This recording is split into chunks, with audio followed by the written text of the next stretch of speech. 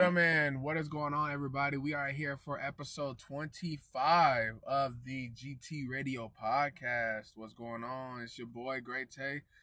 To the right of me, we got Mr. Cam, and beneath us, we got Hood Kevin Baker. What's going on, everybody? How we doing today?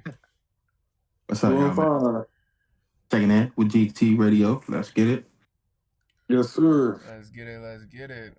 Man, where to start? We're going to talk a little bit about baseball, a whole lot about basketball, and we're going to try to get some football in too. Let's start with the series that's going on tonight. Knicks, Pacers. Who y'all got winning tonight? Who y'all got winning the series? Tonight, for some reason, I got the Pacers winning tonight, and I got the Knicks winning the whole series. I guess I'm gonna go with the Knicks winning the whole series. I got the Pacers winning tonight, though, for sure. I'm a little 50-50 with this one, man. I think this going to go game 7, honestly. Yeah. I got it in game 7, man. Just don't know who's going to pull it off in game 7. I feel that. What about you, Gray? What you feel about this? I got the Knicks tonight. I got the Pacers splitting. And then I think that it could be a 6 or 7 game series. I don't think it'll be any less. But I want the Knicks to win. I desperately want them to win so bad, for the game. But I think it'll be okay if Indiana wins, you know? Yeah. Indiana wins in 7 and it's a hard fought earned win, then you got it. Yeah, facts. And then this brought me to my point. I was really gonna bring up about this game, but it kind of ties into what we talked about a couple pods ago. But I don't know if y'all feeling what I'm feeling, but like what I said earlier and what I said a few pods ago, it's not the fact that it's the stars now, the younger stars don't, get votes or bring in viewers in their regular season games.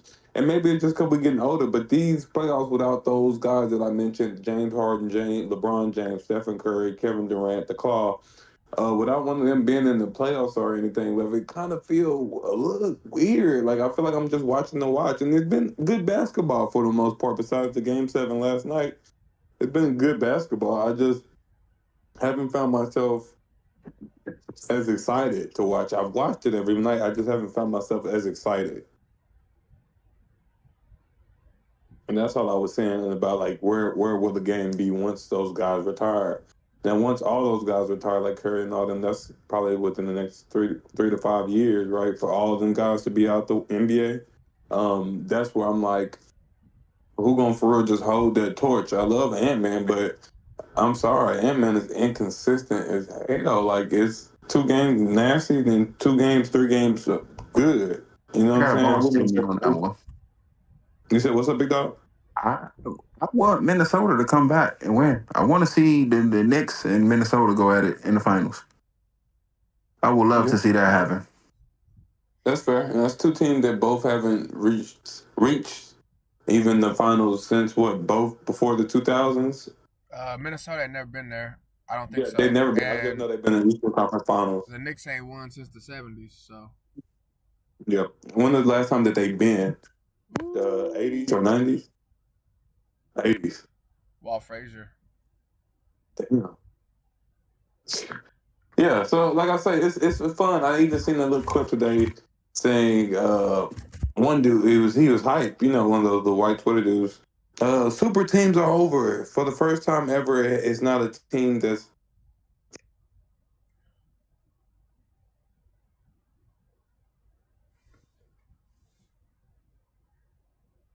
in the books in the Suns. Outside of that, it's been all big in the last 20 years. It's either been the Lakers in the finals, the Warriors in the finals, or LeBron James in the finals. This is the first time we don't get a repeat of somebody who's been there umpteenth a million times, Yeah. I mean, go ahead. The thought of OKC getting a ring is just kind of crazy because Kevin Durant couldn't do it. I'm not even going to say Westbrook because people don't look at Westbrook as they look at KD, but fucking SGA don't have the same talent that neither one of them had in OKC, and he's doing way better.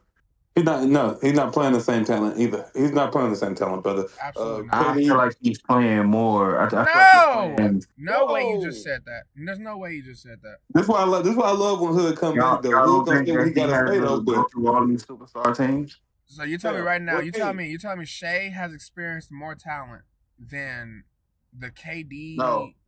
I said he's doing it with less talent, less. But he's played against more talent. You said he's played against. Yeah, I feel like he's playing against more talent, bro. Because think about it, bro. All these teams, all them teams wasn't as stacked when KD couldn't do this, bro. They wasn't that stacked, bro. They wasn't stacked, bro. Okay, look. I mean, the only team that he couldn't get past was the Warriors, right? He had to go through a still mid-age but healthy and damn near basically prime Spurs. Because Spurs were doing his time. The Spurs weren't. Yeah, they were still. They're very viable because they went to the finals 2-3 years after. They were, but they were old, bro. It wasn't like they going against. What are you talking about? Spurs, them niggas, they was like that kind of like, bro. The whole point is we saying that NBA teams are more stacked now than they were back when KD was trying to get that ring, bro. I'm not hearing that, bro. Oh, no, definitely not this. I'm not hearing that, bro. Listen, bro. Listen. Hold on. If you take Jokic off of the Denver Nuggets, they're a lottery team. Yeah. But you're not getting what I'm saying. I'm not saying that they not. This has nothing to do with that. What I'm saying is they're not stacked. Who's not stacked? Oh, okay. Listen. Oh my God. He said, okay, but you not stacked. They don't have a superstar team. Neither does any team in the. What are we talking about? No team in the West is played together with James Harden and did way less. Is what I'm saying. He didn't do way less. He went to the finals. SGA still has not went to the finals. But let me just say this real quick. So you saying you played OKC now has played harder competition, which is crazy. So who did they beat the first round? Memphis Grizzlies, right? Yeah. So let me tell you KD road to the ring. So is that Memphis Grizzlies team beating that 2012 fucking Spurs team? No. Not even getting close to it. Is the OKC this year, I mean even the Nuggets this year, are they beating the Spurs team? The Nuggets this year, are they beating the 2012 Spurs? No. Hell no. Especially with Tim Duncan. Tim stopped. They wouldn't even go 7. That wouldn't even go 7. It wouldn't even go 7. Facts. You'd be lucky for 6. I swear to God, you'd be lucky for 6. You'll need Jamal Bryant for it to go 6. Okay, that's just 2. Let's go to this one because, like I say, he was okay the next year. I don't even think those Memphis Grizzlies. I know they're not even tougher than a hurt Kobe 2012 team. They're not. Are they? Are the Memphis? Wait, you muted, Dev. You muted, DK. Unmute yourself. Dang, brother, did you push you got to push something. I see you talking. I'm trying to let you get your talk in. My bad, brother. It's not. I'm going to keep going though until you unmute. But yeah, just that. Okay. Just that. That's all I'm saying, Hood. Let's not disrespect KD like that, bro.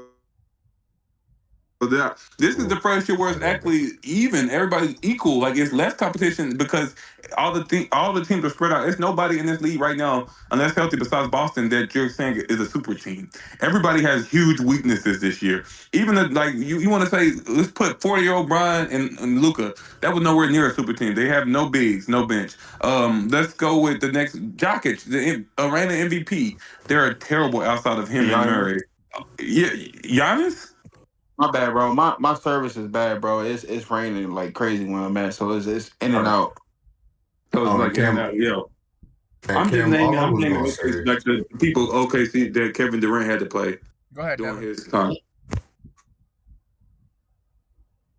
How you go from being able to talk? I don't even know, bro. All right, now you can hear. No, bro. All I was gonna say is that Memphis squad. No offense to them, but they're not even beating the Memphis squad that was back then. If you ask me, I'm gonna be real with you. I'm sorry, John is nice, but he ain't nice compared to that Mike Conley, Tony Allen, all of them boys. I'm sorry, no. I agree with what y'all are saying, but y'all still not hearing what I'm saying. What I'm saying is the teams are more stacked now than they were then back in the day. Okay, so That give doesn't me mean so that give me that's a a list. hard one to explain, Wait. Give me some elaboration, just a little bit, on what you mean you by. know how y'all name it. You know how y'all name it Memphis, right? We all know that the Phoenix Suns is 1,000 times better than the Memphis Grizzlies, but they didn't make the playoffs, even though their team is stacked. So They that's didn't make the irrelevant. playoffs. So it's irrelevant. That's all I'm saying. The teams are stacked, though. They're very stacked. You're talking about 2K stats. Philadelphia. You're talking about if you No, I'm put not people talking on about, paper, they're good. The Phoenix Suns didn't make the playoffs because they suck. They're good players, but they're not a good team. That doesn't mean they're They stacked, don't have bud. a bench no more. That doesn't take away from the fact that they are stacked, bro. That does not take away from that. Dude, if you can't even make a play-in, you're not stacked. You are fighting to be 500, and the majority of your team, from the beginning, from the top of the roster, who's taken 70% of their salary, to the bottom of the roster, played more than 75% of the games. There is no type of excuses you can make. Your team is not good. It could be a coaching problem. It could be just the pieces didn't fit. But either way, that team is not stacked. They have a great roster, but the team is not stacked. And either way, they didn't even play them in the playoffs, so who cares? That road, you're saying the road that they took to the finals is harder than the OKC road when KD was there. And then the first team you said was a team that's not even in the playoffs or the play-in. I made an example. We all know that the Suns should be right now in the Western Conference Final. We all know. No, they shouldn't. They suck. Wait, who should? The Phoenix Suns should not be in the finals. They're not good. They're not good at all, brother. Okay, bro.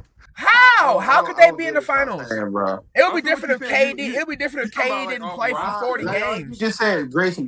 You just said it on paper, bro. On paper, bro. On paper, right? On But paper. but we just watched for a whole season that they're not good. That is okay. They just said it's muscle spasms. Okay, so then you just hydrate up. That's all I'm saying. I never I'm said gonna that. give him a timeout. But yeah, muscle spasms is crazy. But look, man, you get a whole season to prove what you can do or not do, and you have shown this is who you are. This is the reality. When someone shows you who they are, believe them. KD, Kevin Durant, Tarantula, the Slim Reaper, cannot win a championship as the number one. Proven fact. Devin Booker cannot win a championship as a number one. Proven fact. Bradley Beal is not a winning ball player. He can have a whole lot of fun on a 15-win team and do it. Proven fact. Yeah, and then I'm gonna just even go like this. I'm gonna go back to the original topic because I got it pulled up right here. So this is the West, and then this is 2012. OKC had a way harder road then than they do now. The West then. So the people who made the playoffs, you got the 2012. So the Jazz don't count. That's the only weak team. You say that's the Nuggets, but OKC didn't have to play the Jazz. The Jazz lost to the Spurs that year. Got swept. But you got the Chris Paul and the Showtime Clippers. I forgot about them. The Showtime Clippers were in there. You got the Memphis Grizzlies that were in there that went to war with. They lost first round, but they went to war with the Showtime Clippers. And then you got Kobe Bryant and his team. They up in there. You got OKC, right? And then, like I say, let me mention. Then you got, of course, the Spurs. That's all on his side, just to get to the finals, because we haven't even SGA have not even went to the finals yet. So before we even say it, but even if he do in the ring, he did not go through near as many Hall of Famers, All Pro teams, or championship winning teams that were the same roster. Let's The be West honest. was shit. Let's be honest right now. Whoever wins the ring out of these four people, right now, as in July, everyone is going to say the ring was sweet. Period. It don't matter who wins. It's Mickey ring. Yeah, it don't matter who wins. Now, we're going to take this exact same year and sim 4 or 5 years from now, and it's going to feel completely different. Because these four teams are all going to be in Western Conference, Eastern Conference Finals for the next 4 or 5 years. Okay? But for today, right now, this year, it's a sweet ring. Curry got hurt. LeBron didn't have a big. Houston is, like, boom, this. Memphis is this. Jokic, his whole team fell apart, didn't have a head coach. Tatum got hurt. Brown got hurt. Cleveland's a joke. Yeah. There is so many asterisks on this season to where it's kind of weird in a way. But right now, it's going to be like weird. Kawhi ring. And that's what I Toronto. hate that people are gonna do, because what about what happened when nobody was expecting Curry and them to just sweep through? They were the last team in the playoffs and came through and swept everybody off of either injuries, off of just playing ball at the end of the day. Like, one, they did have an injury in Klay Thompson, which will hurt them a lot. But for them to still be able to overcome that and then go through those teams, a lot of those teams didn't have the players. Are you talking about their last ring? Yeah, because they've been there. Dude, we're talking about 4 teams. We're talking about 4 teams where the superstar is 25 and under. Yeah. Bro. That's true. That's true. And that's the thing. Like, that's why you, like, even till today, right now, bro, you still don't hear a lot of people even bring up that Curry ring or whatnot, unless they just debating his own greatness. But they don't bring that up and count that at all, So because like a lot of people went down. Legacy though. Huh? Even with this ring? said that stays his legacy. To me, Who? Curry was dead. Never about to be able to. Y'all wasn't gonna ever be able to mention that bitch to me ever again. But once he took his team, I don't care about injuries and stuff like that from other teams. That's a part of the process. Once he took his team by himself as a point guard, it's different. Like I say, I love my boy Brian, but he's a different position. Once you in pool party, once you as a point guard can take your niggas to the championship and win it as a point guard. You the shit, and you finally got your first final MVP.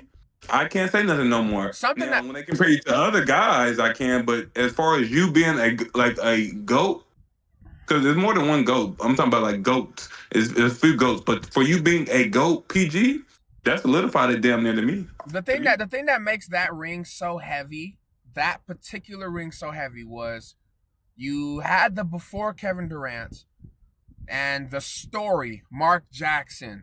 He couldn't get the team going. Then Steve Kerr came there, and everything was in the right place. You had Leandro Barbosa, you had Zaza Pachulia, you had Mo Spates, you had David Lee, perfect positional player, Sean Livingston, and then they won. Then they got the 73-9. Then they got KD, and so it was like Curry needs everything to work perfectly. Curry needs all these things to happen, but when Curry broke his hand the following year, they had the number 2 pick in the draft. That's how bad the Warriors were. Not when they took KD out, when they took Curry out. See, people forget about that. So everyone's like, it's just as much KD as it is Curry. Then Curry, the literal next year, won a ring. So it proved right then and there, no. KD was nice, and he made the team really hard to beat. But Curry can win. They are unbeatable. They were unbeatable. So that's what made that ring. It solidified his career. Period. Yeah, and then, that's facts. Because like I say with me, like I say, I'm gonna argue with my people all the time, but I always give credit when Curry do that. Basically solidify him, because if not, say that was it, right? And Curry just kept being great, but didn't win a ring no more. He would then let us be Isaiah Thomas. Yeah. You know what I mean? Got these rings, no final MVP, but was basically the main factor, but also not the main factor. You know what I'm saying? He would have been Isaiah Thomas, and there's nothing wrong with Isaiah Thomas, because Isaiah Thomas beat Jordan more than Jordan beat him. Same way Curry beat LeBron more than LeBron beat him. Yeah. It's the same exact way. But if he wouldn't have won that Finals MVP in that ring by himself, he would have been Isaiah Thomas. Like, I would have just said, you're Isaiah Thomas, but a little better. Because you got to think about this. He had a late start on his career because of injury. So Curry, when college, all said and done, his numbers are never, but outside of the threes and ring, it's going to look terrible. He's not going to be top 20 or 15 in assists or points. But that's okay. He's not going to be top 15 anything but 3, but we watched it. You know what I'm saying? We watched it. And I don't want to take too much time on respectfully irrelevant matters, right? Yep.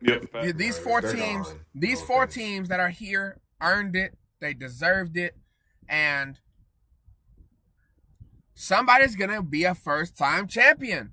And I don't think, looking at the 4 caliber guys, I think we're going into, I was thinking about this today. I feel like the league is shifting a little bit back into the guards. I don't think it's necessarily East, but it's shifting back to the guards. See, you think about the era that we just came from. Very, very forward dominant. Big dominant. LeBron, Kevin Durant, Kawhi, yada, yada, yada, Carmelo Anthony, bada. Just think of like all of like a lot of the last couple of picks, they're either 6'7" and taller, or like you want them at your big. A lot of them are going to be. A lot of people are like advocating for the bigs. And even the generation, the Jason Tatum era, because unfortunately when he gets back from his Achilles, he's going to be 30. So he's a part of that other era, you know? Do we feel like Jason Tatum is even like worth like the way where people put him on a pedestal? Do we even still want to keep putting him there? No offense, I feel like he never was. He never was. I feel like people put him up too high, right? Because he was on the Boston Celtics, but he never was. Yeah. He's on the like Boston you just have a great system around you, and I love it that you're the scorer in that system. He's an amazing athlete, bro. Like you got. And then he just, I hate this for people because it's their fault, but not their fault. But when you come in your rookie year and you hoop, and then you go to the playoffs, nigga, and you dunk on LeBron James, block LeBron James, and you were scoring points on LeBron James, but you just fell short to LeBron James, nigga, I expect you that next year to, once LeBron left, I expected you to win the East every year. There's no reason why it was a little cutoff from Jimmy Butler start taking over. Like, with way weaker teams. You know what I mean? Y'all got to think about that, fam. When you came in, when he came in like he came in that first year, bro, and they came out like that, I thought it was over once LeBron left. I thought the East was, even that next year, no, that was 2018. So when LeBron left that next year, I literally thought it was going to be nothing but Tatum. You let fucking Jimmy Butler and 6 undrafted dudes beat you twice. That's why I respect Jimmy, because Jimmy know how to put a team together, and then also how to be the coach for the team. Jimmy don't know how to put a team together. Jimmy knows how to do the most he can with what he has. Do the little pieces that bring the team together. There we go. I like that. Like the little parts. Like even if it comes down to all rebounders not getting what he needs, because even when he went to the Heat, what people don't realize is Bam Adebayo's actual rebound numbers went down significantly. Significantly. This boy was getting at least like 15 a game. Now you try to place a bet on him. He's barely getting over 10. He's barely getting over 10. And that is a big difference when it comes to your big, because those rebounds obviously is your job. So when Jimmy Butler's coming in there helping your job and making sure that, okay, these little parts here, the passes are being made, or even the defense is being played in areas that, you know, this person can't guard this man. He's picking up. And that's one thing I just like about him. He's willing to do what it takes for his team. That's always what I see. I know y'all done played. I like to use this example, like little examples where you can feel it personally. You ever went to the rec, right? And you played pickup ball, and you purposely, just because you felt like you were a superior athlete compared to everybody besides the other team, they had like some guys that could kind of match up to you. You took the weaker 2 dudes on your team, right? And when you took them, you did everything to win. You scored, you assisted, you rebounded, and played D. But for some reason, when you took those weaker 2 dudes, it made you like feel like you wanted that for the competition, for the excitement. That's Jimmy fucking Butler. Okay, time out. I knew he wasn't gonna. Wait a minute. I'm gonna break what you just said down to something that more people can understand. What you just broke down was the baddie dynamic. So, if you take 3 good-looking girls and put them all next to each other, it's really hard to pick out which one's the best looking. It all comes down to favoritism. That's why, up until you get to a certain level, most quote-unquote real couple of the guys, I'm married. When you go out with a couple of the guys and you're with a couple of the girls, obviously there's one that stands out in the group, always, okay? That's not Jimmy Butler. Jimmy Butler is not the guy who always will stand out and be pretty. But if we are speaking solely off performance, solely off of get it done, Jimmy Butler is the baddie all the time. If he's out there with 3 girls that's all the same archetype, or with grenades, he is not the grenade. Some game, okay? So your reference, I feel, is like if we were drafting teams, when you shoot really good or when you play really good, you get drafted really high. But then you get stuck with people who are trash, and you got to carry, right? But Jimmy Butler, I Right. feel, until he went to Golden State, he wanted to be that baddie that was with trash to look better. You know what I'm saying? So, Yeah. I mean, Facts. So he did take Miami all the way. But then there's a picture of him leaning over because he's super tired. But you put yourself in that scenario. You wanted to be the guy in Minnesota. You wanted to be cherished like the baddie you were or with trash, and they didn't respect you. Same thing in Philadelphia. You wanted to be the big baddie with a bunch of trash, and nobody respected you. Because remember, you called Tobias Harris trash. You called Joel Embiid trash. You called your teammates every single place you've been trash. They're beneath. Just so you can make them and feel tear them underneath you apart. more. You have the ability to do it great, you know? So out of all the people left, And I knew that wasn't gonna work for the Warriors. he got hurt. Even if he didn't, I'm saying if that's what I'm saying. If Steph was still out and Jimmy was okay 100%, it still wouldn't have worked for them just because. I think they would have beat Minnesota. I'm sorry, that's just not. I don't know if they would. Yeah, just 100% healthy. Yeah, You can argue that because nigga, every game was close still. Belt to ass. Run for their money, they were putting belt to ass, and then Minnesota won 4 straight when Curry got hurt. Oh no! I think you heard me wrong. I think they would have won with Curry.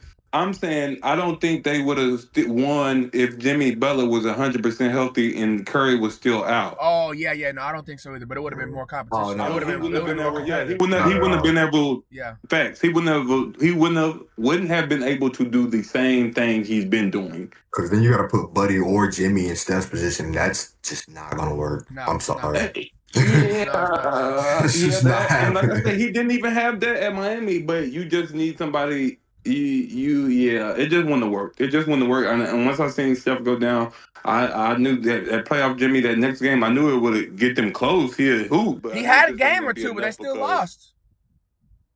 Yeah, that's what I'm saying. That 30-point game, they just still lost. It wasn't enough. Yeah. So out of the 4 guys remaining, Are y'all interested in this East matchup? Yeah, we can circle back because you kind of talked about it after you joined. Before you joined. Knicks Pacers. Who do you got winning tonight? Who do you got winning the series? Because we kind of grabbed it, but you can talk about it again. Go ahead. Y'all not gonna like that. Well, nah. I mean, I'm going with the Knicks, but I'm not. I don't think it's gonna be easy pickings because I feel like I feel like this is where we got talent versus heart. Pacers are definitely hard, like, because everything y'all shown so far, no offense, like, that's a good Cavs team. To sweep them, do them dirty after they just did a good team dirty, I'm still kind of like, how did y'all do that? Where did y'all do that? I get it, Cal. Wait, I feel where you're coming from. But I'm still told going y'all they was frauds, but keep going. Yeah. Then that surprised the shit out of me. Then I started looking at that lineup. I started looking at the backups. I started looking at what they were producing. And it's not the fact that they're stars over there. It's the fact that all I see is a lot of fucking heart and some veterans that are helping guide that way. People that actually have it, like Pascal Siakam, you have a championship, so you know what it's going to take. Cool, you weren't the star over there, but you understand mentally what the star needs to do, what the role players need to do, and what the bench needs to do to get to that championship. Now, I think they give the Knicks a run for their money, but Knicks, I just think is going to overpower them with just skill. And then it come down to it. And I love Miles because, that's the hometown favorite, but I just don't think he's taking Cat every single time, no offense. I think he'll get down with him, but Cat's just that skilled. And if Cat does come with what he's supposed to, they win. See, that's the thing about Cat. But this where I think that it balances out perfectly. So what you just said was, you see their roster, you see both rosters, and you think they're gonna punch the Knicks in the mouth a few times, but the Knicks will outlast them just due to skill and talent. Mm-hmm. The only thing about that skill and talent comes from 5 people, DK. That's what I was thinking. And this is the 3rd round of the fucking playoffs. They've been to, like I said, I think the Knicks, how much they won the first series in? 6? So 6 and 5. Either way it goes, it's the 3rd round. The Pacers are not only the fastest paced team, but left in the playoffs, they are basically, outside of OKC, the deepest team as how many people they played in a playoff game. And I don't think anybody realize how rested they are, too. And how rested they are, right? They didn't have to play many games. Yeah. So and on top of that, they didn't have to travel far in between this last series at all. But anyway, that's where I'm like Superman meets his kryptonite. Yeah, goddamn it. If you look at 5-on-5, they start 5, they start 5. Knicks should blow it out. But one, we already know some of them guys on the Knicks are inconsistent. And two, the Pacers is where heart and scheme meets. You know what I'm saying? Because the scheme is fast paced. Let's get out in transition. Let's get the ball, get out of transition. Let's keep pushing it. Even if they score, throw that bitch up court and keep them running. So if you got all 5 of those dudes, all 5 starters on the Knicks play 40 minutes, 38 plus minutes in the playoffs.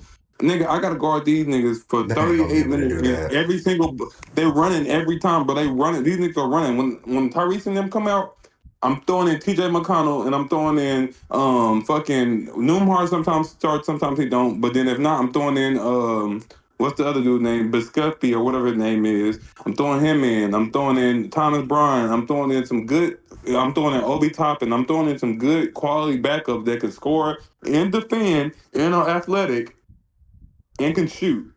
And I think it's also a bittersweet matchup because there's people over there on that Pacers side that came from the Knicks because they weren't valued over there at the Knicks, like Obi Toppin.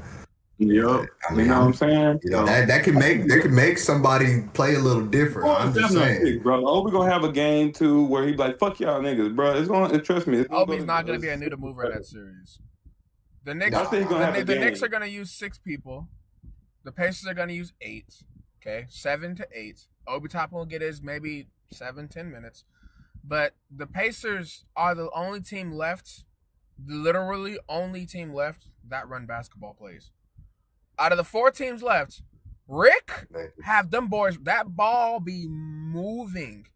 Because see, we ain't running that. We're relying on fast breaks and defense over here. That's crazy. This sounds that and then moving and free throws. Wait, say it again? Oh yeah, free throw. You're definitely right on that. Because boy, that first half yesterday, that boy going 2 for 12 pissed me off. I'm like, dog, I get it. We want the free throws. Go get your buckets, man. Go get your buckets. Yeah, boy. But he turned it around second half though. He turned it around second half. When everybody was in foul trouble and it was already disbarred. Yeah, great, good job. The Timberwolves are such a weird ass team, bro. Man, but dude, they literally had. Dude, I feel like if Ant showed up just a tiny bit more, while you have Julius Randle already literally popping off, like we don't see that out of Julius. We can see it out of Julius, but 5 out of 6 threes straight off the back in the first half. In the first half, bro, and then the second half, he shot 5 shots, 6 shots total, fam. Yeah, that's where they started messing up. They went away from the game plan because they started putting Alex Caruso wasn't doing much, but he was making a couple plays here and there. Mm-hmm. They went away from what was hot because Ant came back. But like I said, our Ant is inconsistent as fuck. His playmaking has got way better, but every young star, it's not one young star. Besides SGA, he's not really that young anymore, but he's the most consistent, I will say. But everybody else is literally inconsistent as fuck. And all the guys we love. That's why I'd be so scared for the future after those guys I named earlier in the pod and in the group chat once they done playing, because I love Ant, but Ant is literally can go. He did have to go 2 games and to be fucking dog shit, and we don't say nothing. I love Tatum. Tatum goes 3 games and it be dog shit. I love Trae Young. Trae Young go 10 games sometimes and it be dog shit. I love Ja Morant, but sometimes on the offense, if he can't fucking dunk and do a floater, it's be dog shit. Like, they are all inconsistent as fuck. And the guys we grew up watching, even, like I said, y'all favorite guy, Mr. Kobe, he might have been inefficient as fuck, but not inconsistent as fuck. Do you know what I mean? You're not going to have too many, especially in the playoffs, you're not going to have too many games where Kobe go 25, 30, 15. That's just not gonna happen. You know what I mean? Yeah. And we used to being able to see shit every game. This bro gonna get it even if they lose. He gonna put up great basketball and it's gonna be mostly efficient basketball even if they lose. We don't have a star like that no more. And SGA is a guy that's, like I say, very consistent, very very consistent. But he's horrible to watch in my opinion. I hate watching him. I hate his game. I like the game plan they did on defense, though. What's the game plan? Instead of having, What's the game plan? Instead of having one One, I thought Minnesota was gonna just let Ant go at it with Shea. He got hurt. That would be. But go for it. Okay, They I'm didn't let him listening. go at it all game. No, they did not let Ant match up with Shea.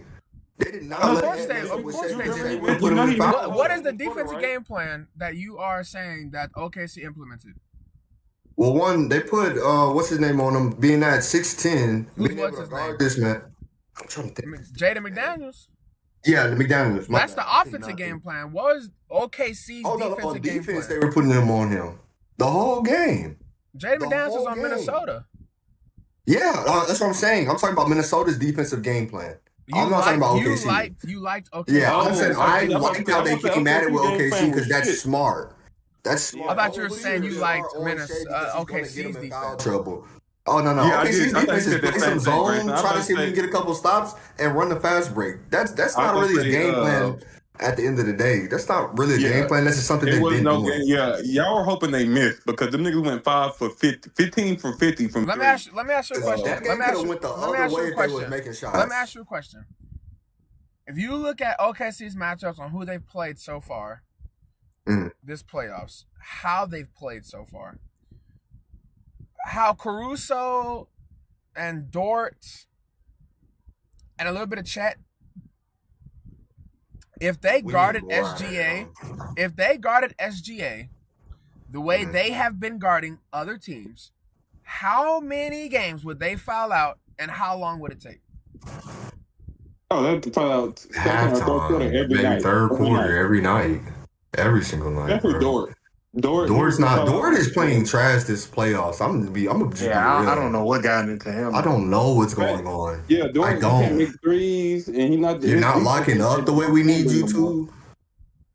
Like, they tried to put Dort on Randall for like the first half, and that shit was trash. That shit pissed me off. Randall I'm like, was out there looking like Steph Curry, man. what? When I saw after the third one went down, I'm sitting on the plane watching this. So after the third one went down, I said, "Oh hell no!" Everybody looking at me like, "You good?" I said, "No, Randall's out here hitting. This is criminal. This is very criminal. Because what in the world? This is not what something we see in the first half. 5 for 6. Yeah, 5 or 6 from the 3-point line." I'm talking about he was locked in, and then I was pissed to watch them switch away from it because I wanted them to like stay in the game. But then you got people coming off the bench not really shooting well at all. No offense, DiVincenzo, he was shooting that. Yeah, Dante, he was just shooting. Dante can't be your leading shooter, bro. Dante can't be your lead. He led the team in shot attempts. What am I watching? SGA had more shot attempts last night than Ant-Man and Julius Randle combined. That's normally gonna happen though. I ain't gonna lie to you. You really want him putting up those at least 20 to 25. As sad as it sounds, whether he goes 50 or not, you want him doing that. Those are Minnesota's main two, damn near only two scores.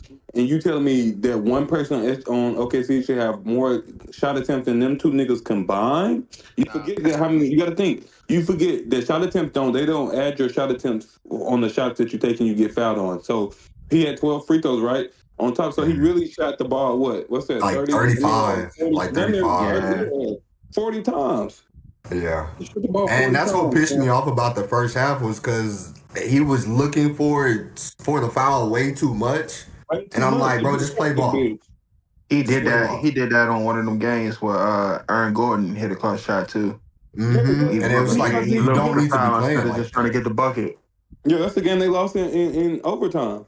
I do think we got blessed because the reality of I'm gonna be real, even with my own team, dog.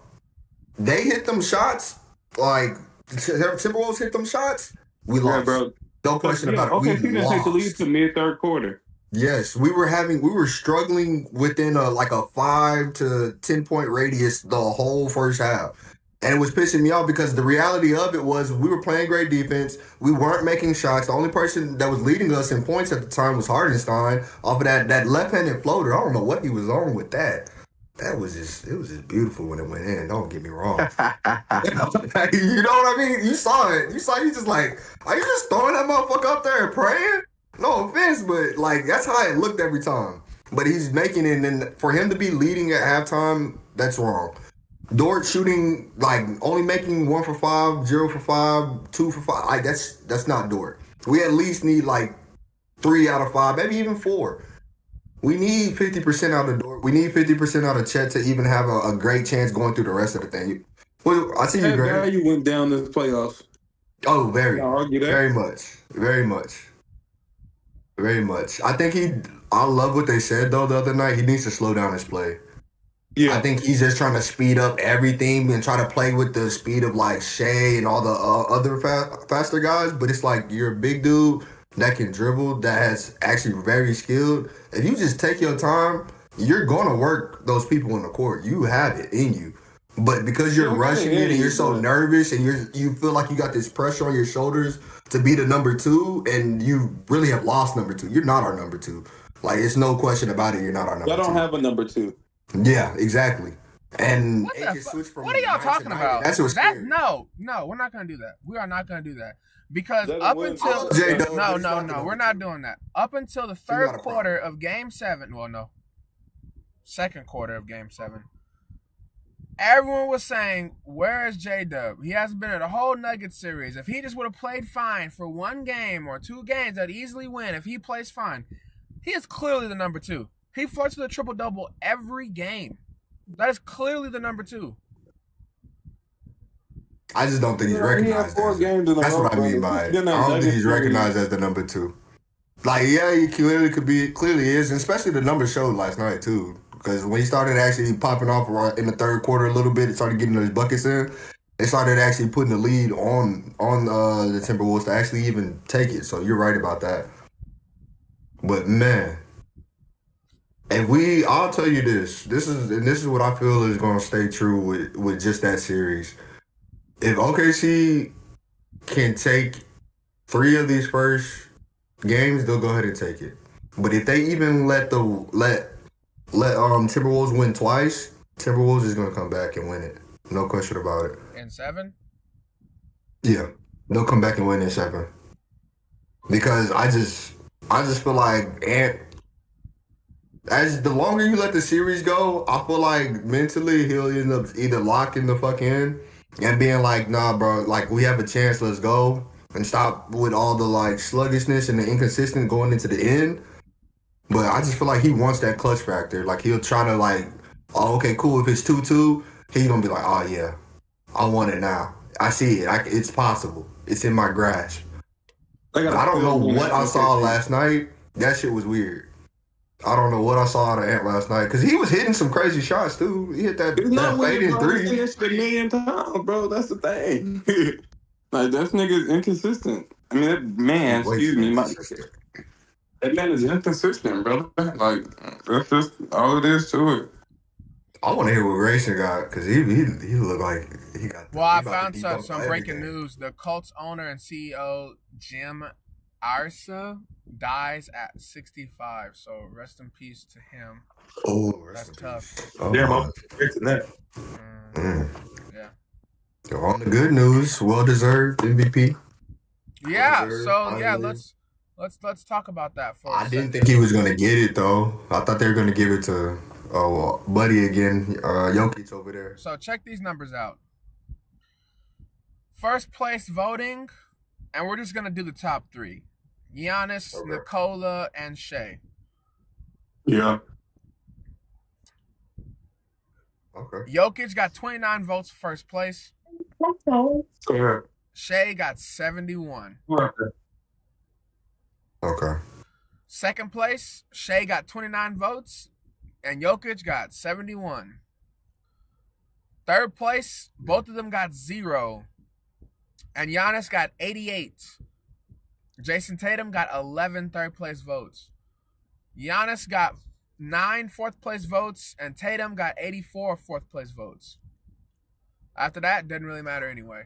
Why? I don't know why Tatum in this conversation. So the 3 people, the 2 people, Jokic and Shea, it was close, but it really wasn't as close as it was supposed to be. It looks like he was going to be the clear-cut favorite from the beginning. I think that's where the delays came in because whoever won that series was probably going to get the nod for MVP.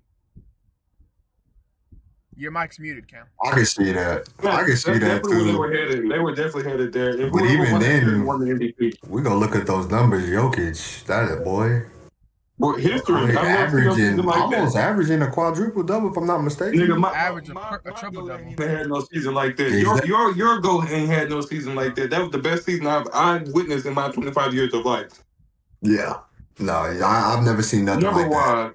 I don't know. I mean, obviously we'll see something like that again, but like, you don't think so? When it goes, here's what I'll say about that. When it goes down later on in about 5 or 10 years, when we're arguing best big ever, it's gonna be hard because there's not many people you can say Steve Nash, Kobe should have won the MVP over Steve Nash. There's a couple people you can say like one, maybe two, but Jokic should have beat Embiid and he should have beat Shea. Which means he should have 5 MVPs at 30. That's voter fatigue. Come on now. Like, history is going to be... Because how we talk about it, most valuable player, that's going to be the biggest thing. And that's Jokic. No offense, Jokic every time. That player is going to get you to the playoffs. Just on his own. I'm sorry. That voter fatigue that happened, I'm not going to even bring up his name because we're No, it's been, and look, Giannis, voter fatigue. KD, voter fatigue. LeBron, voter fatigue. Kobe, voter fatigue. Okay. The only person who really didn't, I think voter fatigue era started in 2000s. Yeah, I feel that's when it started. It's no reason, and I love Steve Nash, great. It's no reason somebody who averages 16 points and 10 assists winning over two guys who both average over 25.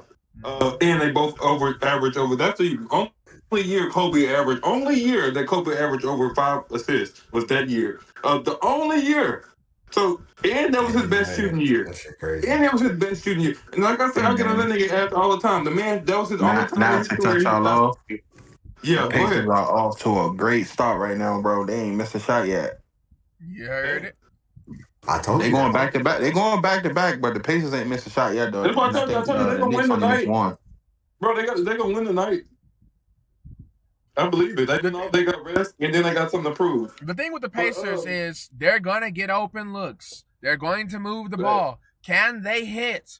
And the thing is, there's nights where they're struggling, but they capitalize off your mistakes. And you know who almost every game this season has been down 20 points, 15 points, 10 points? The Knicks.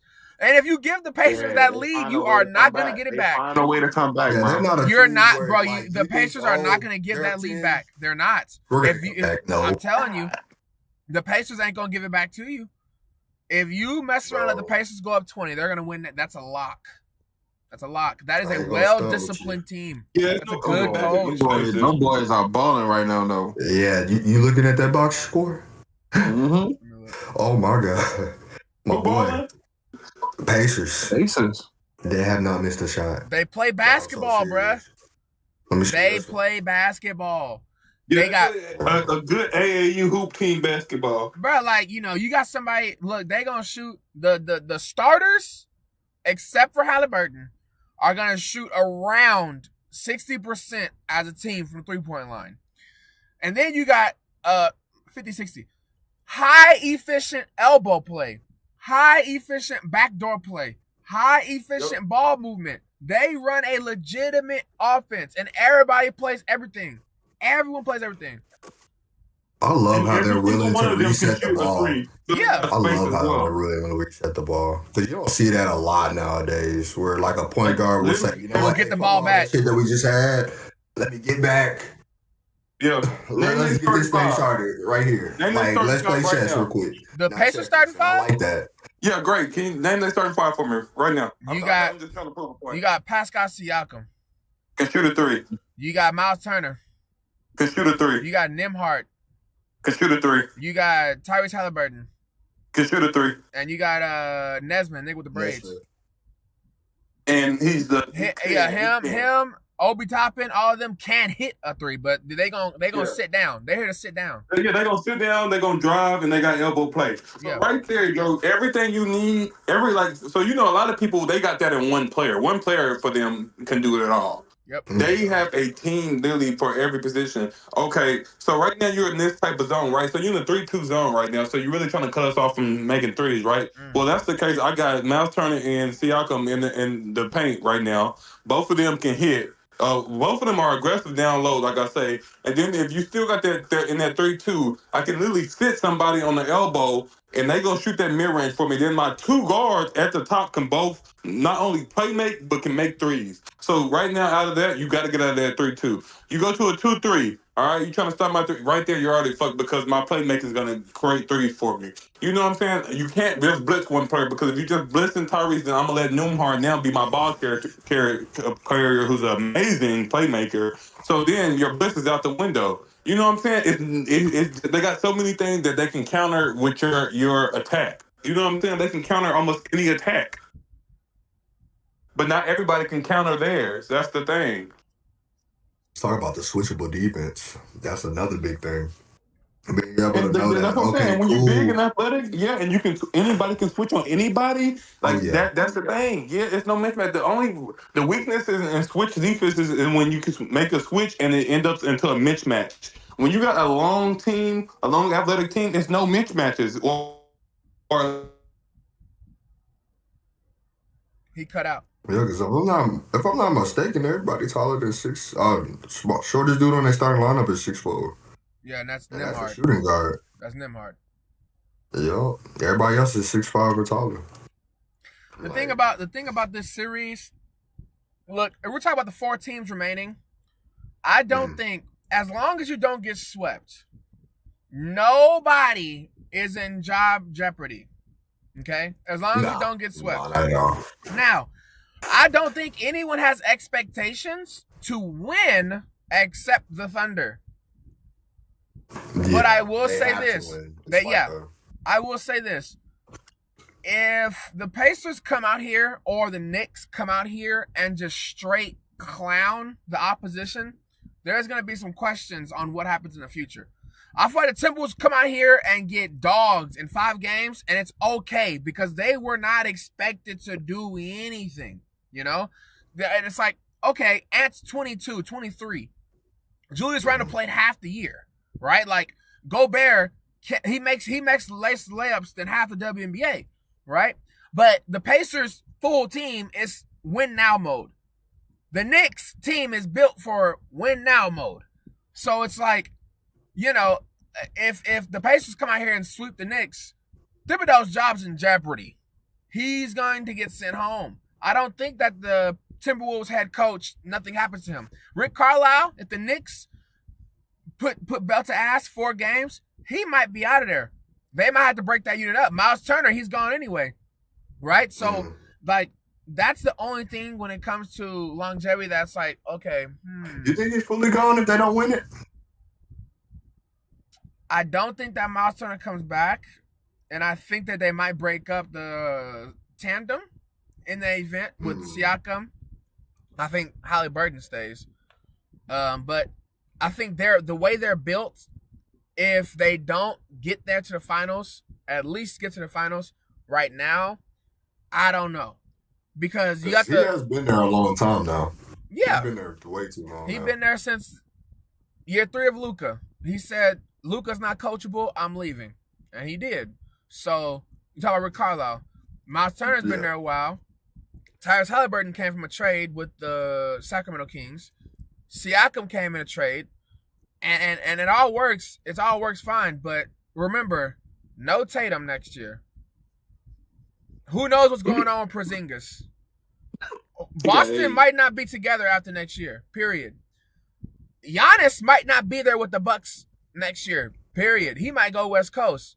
So the amount of teams that like really, really are threats for the Knicks, this is really important to establish we are here for the next couple years. For the Pacers, this is really important to prove that we can win so we can rebuild this and stick with it the next couple of years and not blow it up, you know?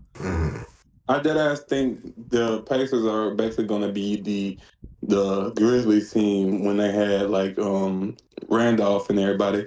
Always in the mix, but you never choose them to win it all.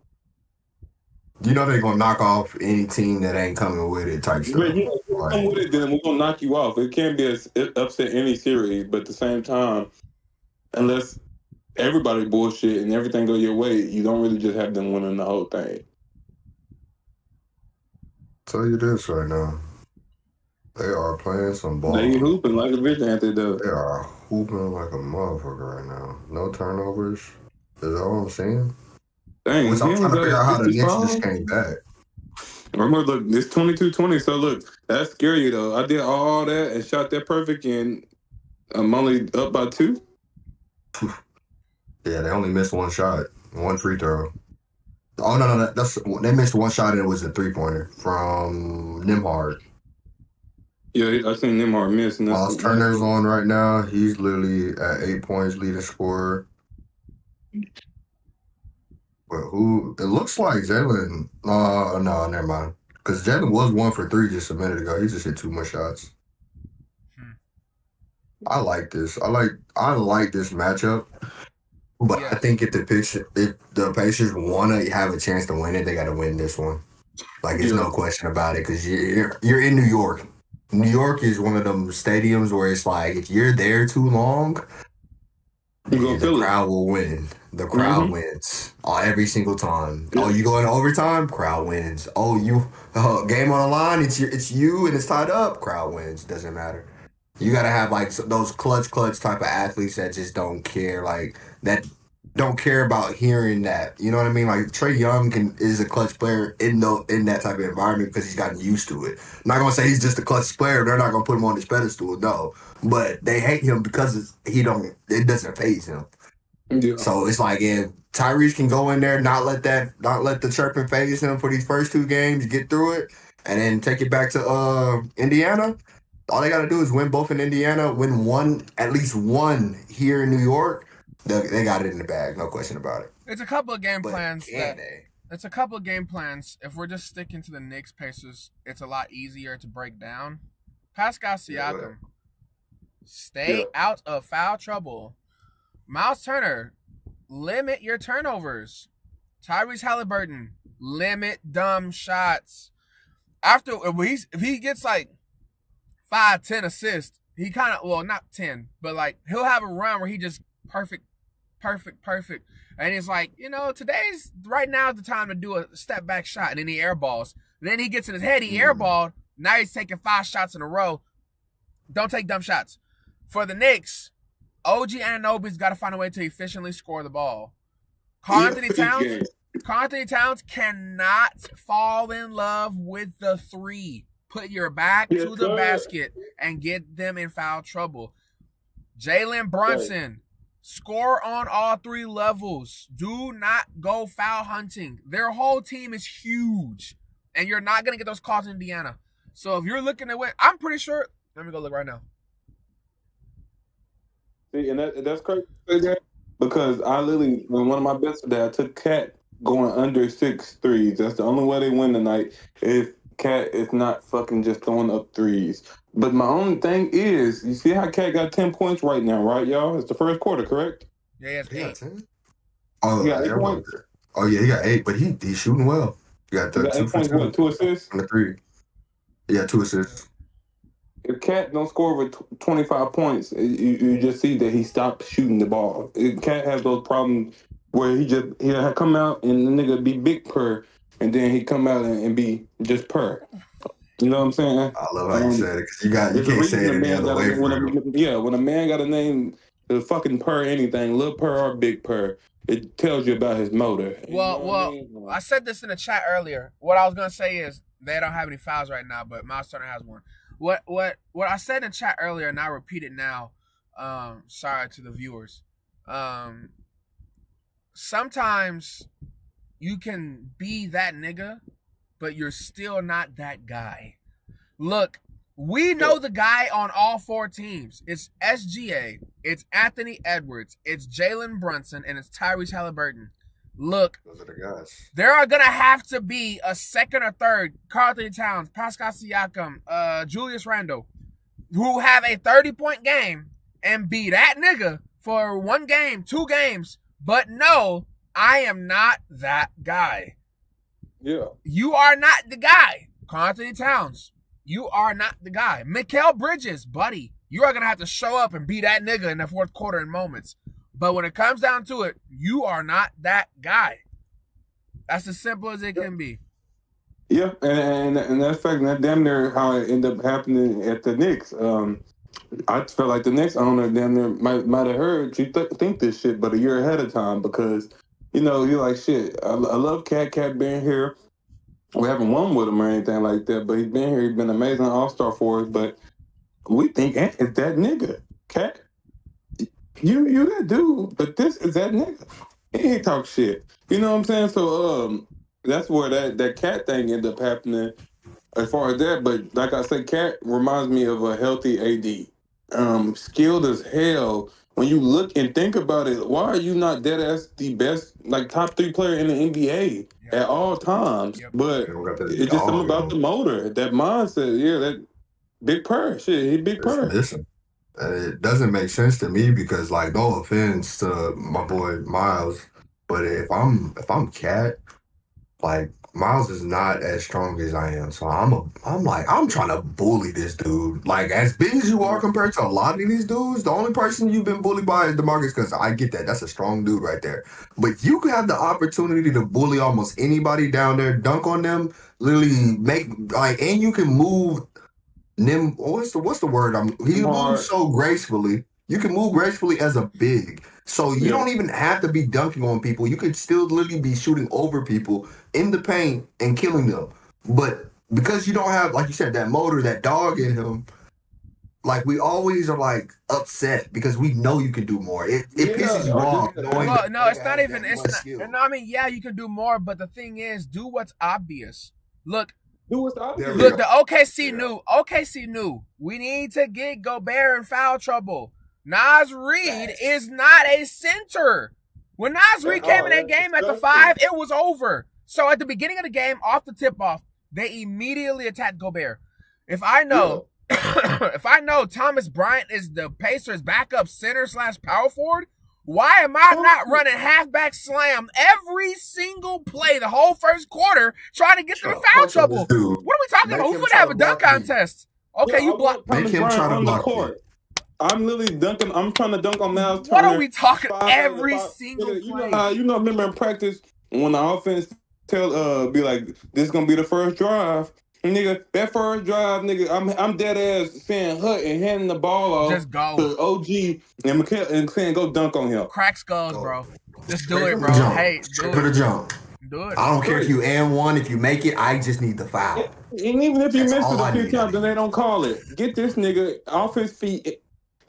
In foul trouble ASAP. Get him up. Mm-hmm. That's what I would be going for, because literally like you said, when they got Rudy Gobert out, bro, dog, they couldn't buy a rebound after that. He can score. Not really dead ass. He might be tall, but that nigga dead ass is a 3, y'all. Yeah. He's a 3.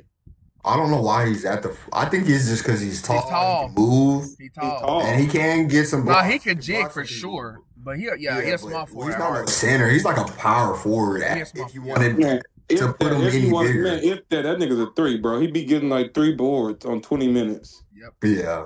Because that was something I noticed yesterday. We were able to really push the ball because after them missing so many shots, they just stopped grabbing rebounds.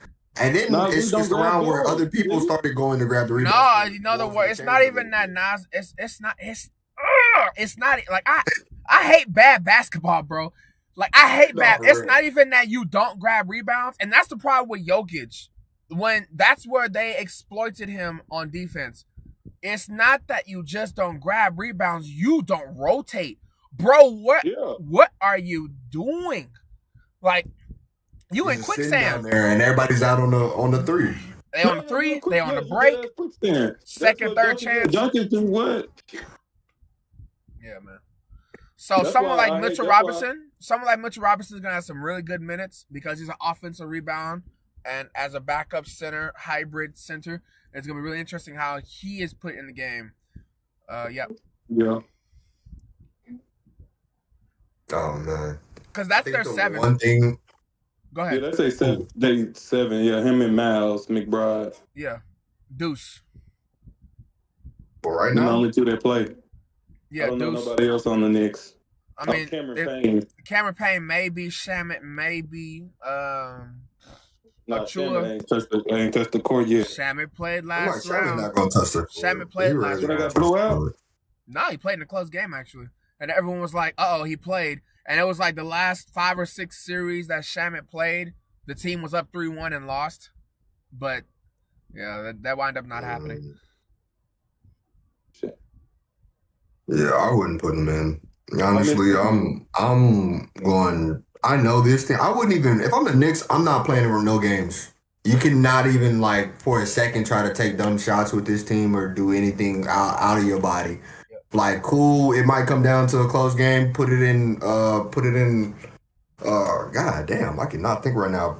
Put it in either Miles Bridges' hands or Jalen Brunson's hands. But I wouldn't play with them. Don't even like take the dumb shots. Don't even if you get the chance and you're about to go back up, reset every fucking time. Even if you don't gotta play like dude. Because right now it's showing if you're playing around too much, y'all done already missed 8 shots, and these boys are in the game with less shots taken significantly. Oh, never mind. They just missed 2 shots. And when TJ McConnell is in the game, I know he keeps the tempo pace for the Pacers at a high level, right? And he can score, ironically, on all 3 levels. But if you are the Knicks, I don't care who is on the court. Attack him every single play. Attack him. And the Pacers have the coach to do that. Rick Carlisle is an offensive-minded coach, and he's going to fry those matchups every time. I wouldn't be surprised if every time the Pacers benches in a game, they have negative plus-minus. Yeah. Well, they got negative. The whole bench damn near makes them negative. unplayable to where they say, we can't put it. Yeah, you got to make them unplayable. And what that does is it puts more minutes on Halliburton in long stretches. It puts more minutes on those guards in long stretches, which causes fatigue, bad shots, bad plays. Right, that's exactly what they're doing. I didn't even look at it like that. That's exactly what they're doing, bro. The whole bench has not been able to play more than 4 minutes, and all of them are in the negative right now. That's how it's going to be. That's how it's going to be. Mm-hmm. But then again, all Knicks starters are in negative right now. But they always going to be in negative because they play so much minutes. Yeah, that's what it is. Every game they lose. Yeah. Yeah, every game they lose. And even when they win, it's going to be some of them going to still be in the negative just because they play so many minutes. You're right. And Nick doesn't dead as one of them teams that go on a horrible stretch every game. Even the games they win, they go on horrible stretches. Yeah, OG doesn't have to go out there and say, "Hey, get the ball," and force up 40 points. But when the looks are there, take them. Get your 15, 20 points. Call a spade a spade. You don't gotta shoot 20 jump shots. Just go a cool little 7 for 11 every game. Man, that's gonna do something because you're playing defense on probably Siakam for the majority, but you're also gonna be sliding too. You're gonna be playing a lot of defense, so just get your little points. You don't got nothing crazy, you know. It's cool. Yeah, and that's that main defender.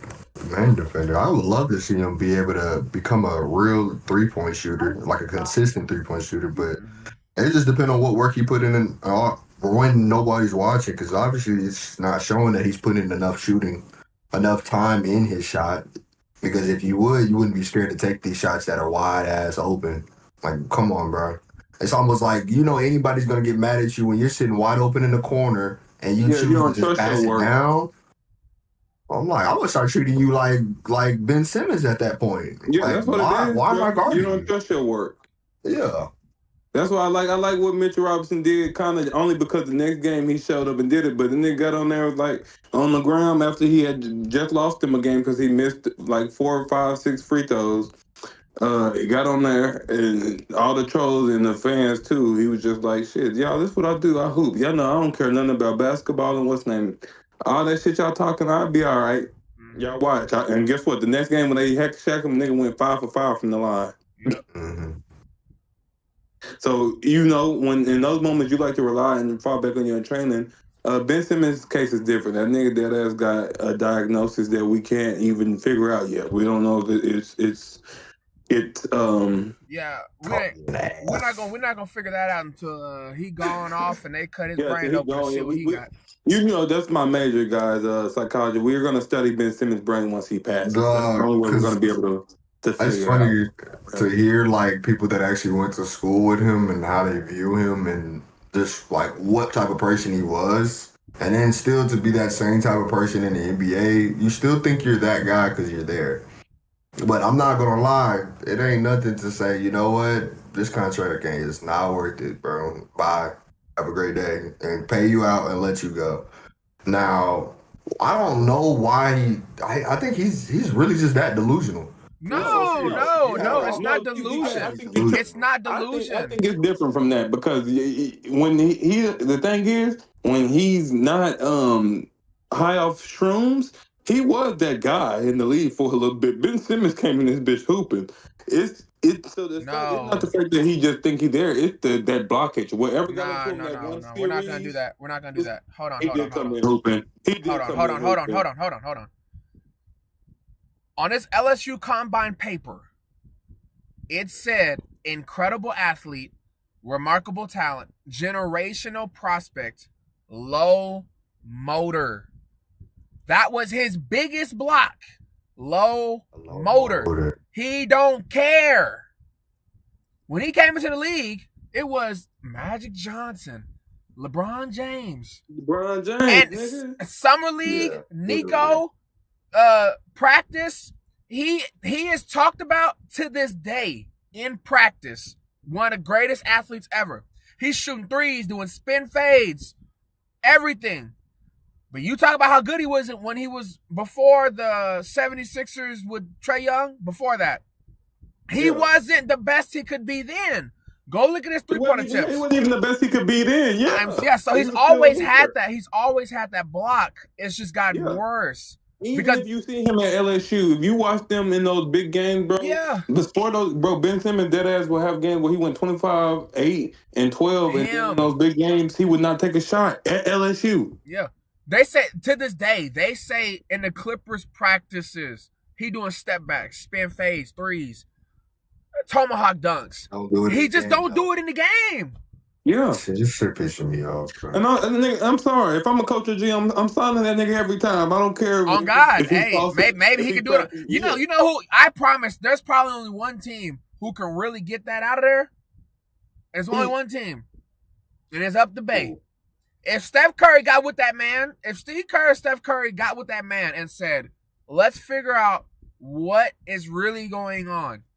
And they just got him to convince him to shoot 5 threes. And I feel like all he needs to do you know what? If I was a GM, I would say, we're going to put in your contract that you need to average 2 3-point shots a game.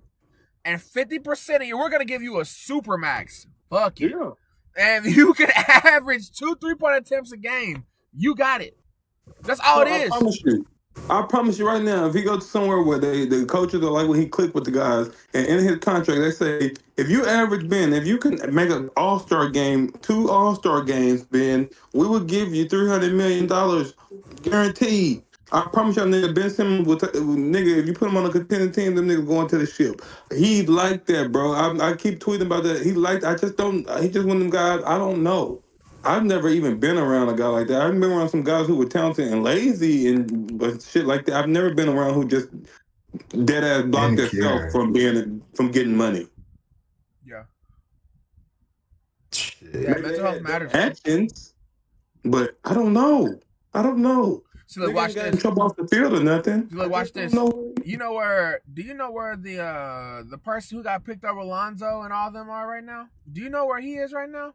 From Washington? Mm-hmm. Do you know what team he plays for right now? I bet you don't know. I don't even remember who got picked over Lonzo. The name is Markelle Fultz. Oh yeah, Fultz. Oh yeah. Fultz. Gone. He's still playing Orlando? No. He's not even in the league. He's in the league. Nah. He's in the league. He's still Orlando? Nope.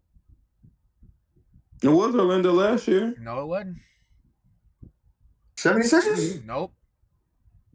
No, that's who he started with, and then that went back, and then, okay. I thought he was with the Magic. He was with the Magic 2 years ago. He got moved to another team last year, and he's on that team now. He's still on that team.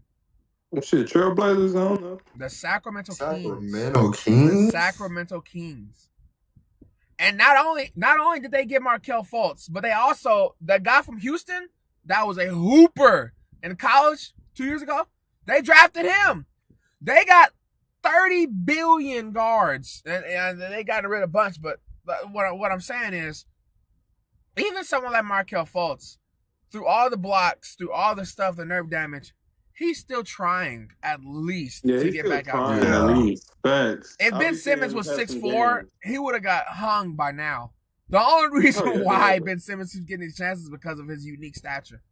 And it's like one play a game, you'll see that they try to reach on him, bro, and he'll do a spin to the sham god. You know what I mean? Like, bro, it'd be some place, bro. He'll go out there, spin sham god, Euro step, and it'd be nobody at the goal, and he'll pass it. He still pass to the corner. Like, bro, Crazy to me. you just shoot 3 niggas, Ben, and there was nobody left to shake. Yeah. What's going on, bro? Like, that nigga be having plays like that, bro. Still to today, where he'll go out there and then just throw that bitch out to a nigga who in the corner. That's a center or something. This is pissing me off because it's like crazy. You can get that ability to somebody who. I'm telling you, bro. Somebody needs to trick his ass. That's the only way to trick him is money, bro. Yep. Trick that nigga and say, nigga, I give you 2 bad white bitches and $300 million, nigga. If you get 2 All-Star games within your 4-year contract, I bet you that nigga. You gonna turn up. You gonna look like a goddamn pool with baddies on the sideline. Nigga, LeBron, who? Dog. Nigga, I hang it up. I won't ever talk about Brown again. If y'all offer Ben Simmons that nigga might get 2 years, 2 rings, 2 final MVPs, right, 25, 8 and 8. Nigga, I'm telling you, fam. Right. What's going on with the Kings, though? You made me think about that, bro. They had one good year in the playoffs after a drought. I'll tell you what happened with the Kings. So stay with too many guards to me. They probably might 6 on the roster at a time. I'll tell you what happened with the Kings. So they made a dynamic trade for Tyrese Halliburton for Siakam to move the needle. Okay, because they had Tyrese Halliburton, De'Aaron Fox, and they had Davion Mitchell. I remember Halliburton cried too. He didn't want to leave. Halliburton was heartbroken. He was heartbroken. But he said, okay, new home. Then, now, they said, oh, we don't have, like, a legitimate way. Well, then it became, we don't have legitimate defenders in space around De'Aaron Fox, shooters around De'Aaron Fox, and someone to help Sabonis. Because Sabonis is a really good offensive rebounder, but he's really not that good on offense, and he's really not that good on defense. But he's, decent.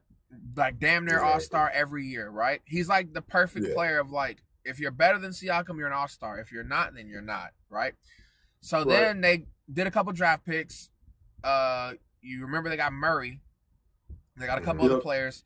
And they had a year. Just out of nowhere stopped shooting. Exactly. They had 1 year where it was like, okay, hold on, this team can actually do something. And then they ran into Trailblazers and the Curry effect. And they made some minor changes to that team. And I was like, Keegan and the gang fell apart. The role players fell apart. They said, not Monk. Monk the only one who elevated. Yeah, but Monk wanted to get paid. Then Monk got hurt as the 6th man. So then it put too much of a load on De'Aaron Fox. Way too much of a load on De'Aaron Fox in terms of scoring output. De'Aaron Fox then got hurt with his toe or something like that. Left Sabonis frustrated. They made a trade, got Zach LaVine. Don't forget DeRozan. They got DeRozan. They got DeRozan first. Season. They got DeRozan first. No, they got trade for DeRozan and got Zach LaVine. Right. Yeah. So they traded for DeRozan, right? And it was like, all right, this is gonna work. This is gonna work.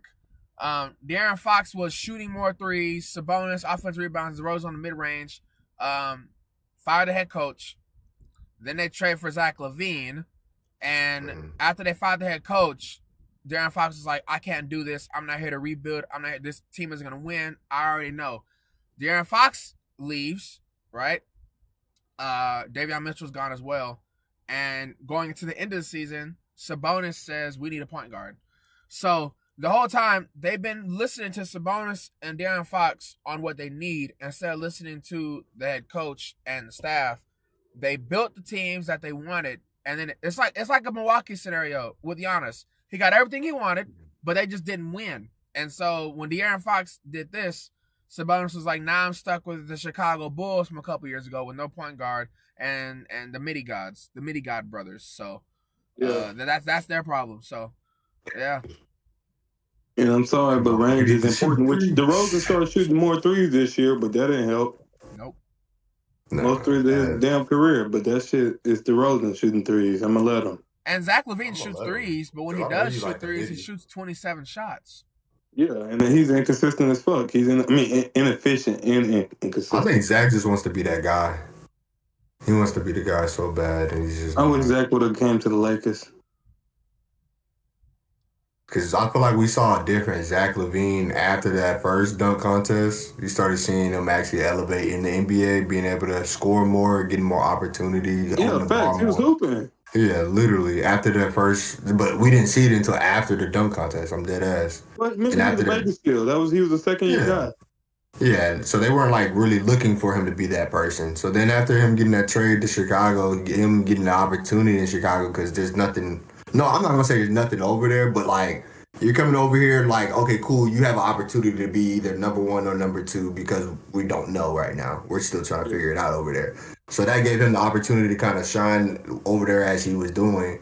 But then you bring in Lonzo, then you bring in DeRozan, people like you said that also have just as equal ability. They were in before him, so they brought him over into that. Yeah, and I don't think he wants to share. I just don't think he wants to share it like that.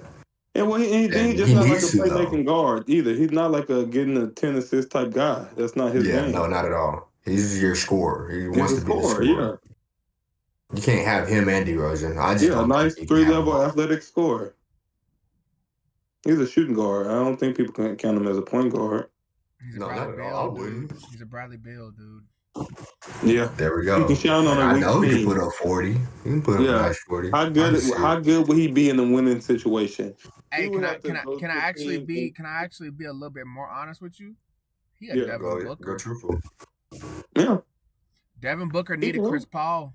Chris Paul, and look, if Chris Paul would have never went to the Suns, I'm not saying Chris Paul is like the GOAT. I'm not saying that. But he brings a certain level of facilitation. Yeah. He brings a certain level of facilitation. CP3. Yeah. My bad. No, you're fine. Go ahead. I do like it, though. I do like what you're saying, because it does make sense. When he got CP3, it's like we saw the true shooting guard, Devin Booker. Now you ain't got to dribble the ball up. You don't have to be the person touching the ball. You can just catch it, shoot it, go get your buckets, get your spacing wherever you want, get your 1v1s, whatever you want. Like, it's just, you're right. That level of facilitation elevated him. But when he doesn't have it, we don't see the Devin Booker that we see him as. It's just like Zach LaVine. When he don't have the facilitation, we don't see nothing out of him. But when he has it. But when you got an OG that's been in the game for that long and was all-star damn near every year of his career, you get to they teach you how to score. They teach you the game. They let you get a different aspect, a different look. Yeah.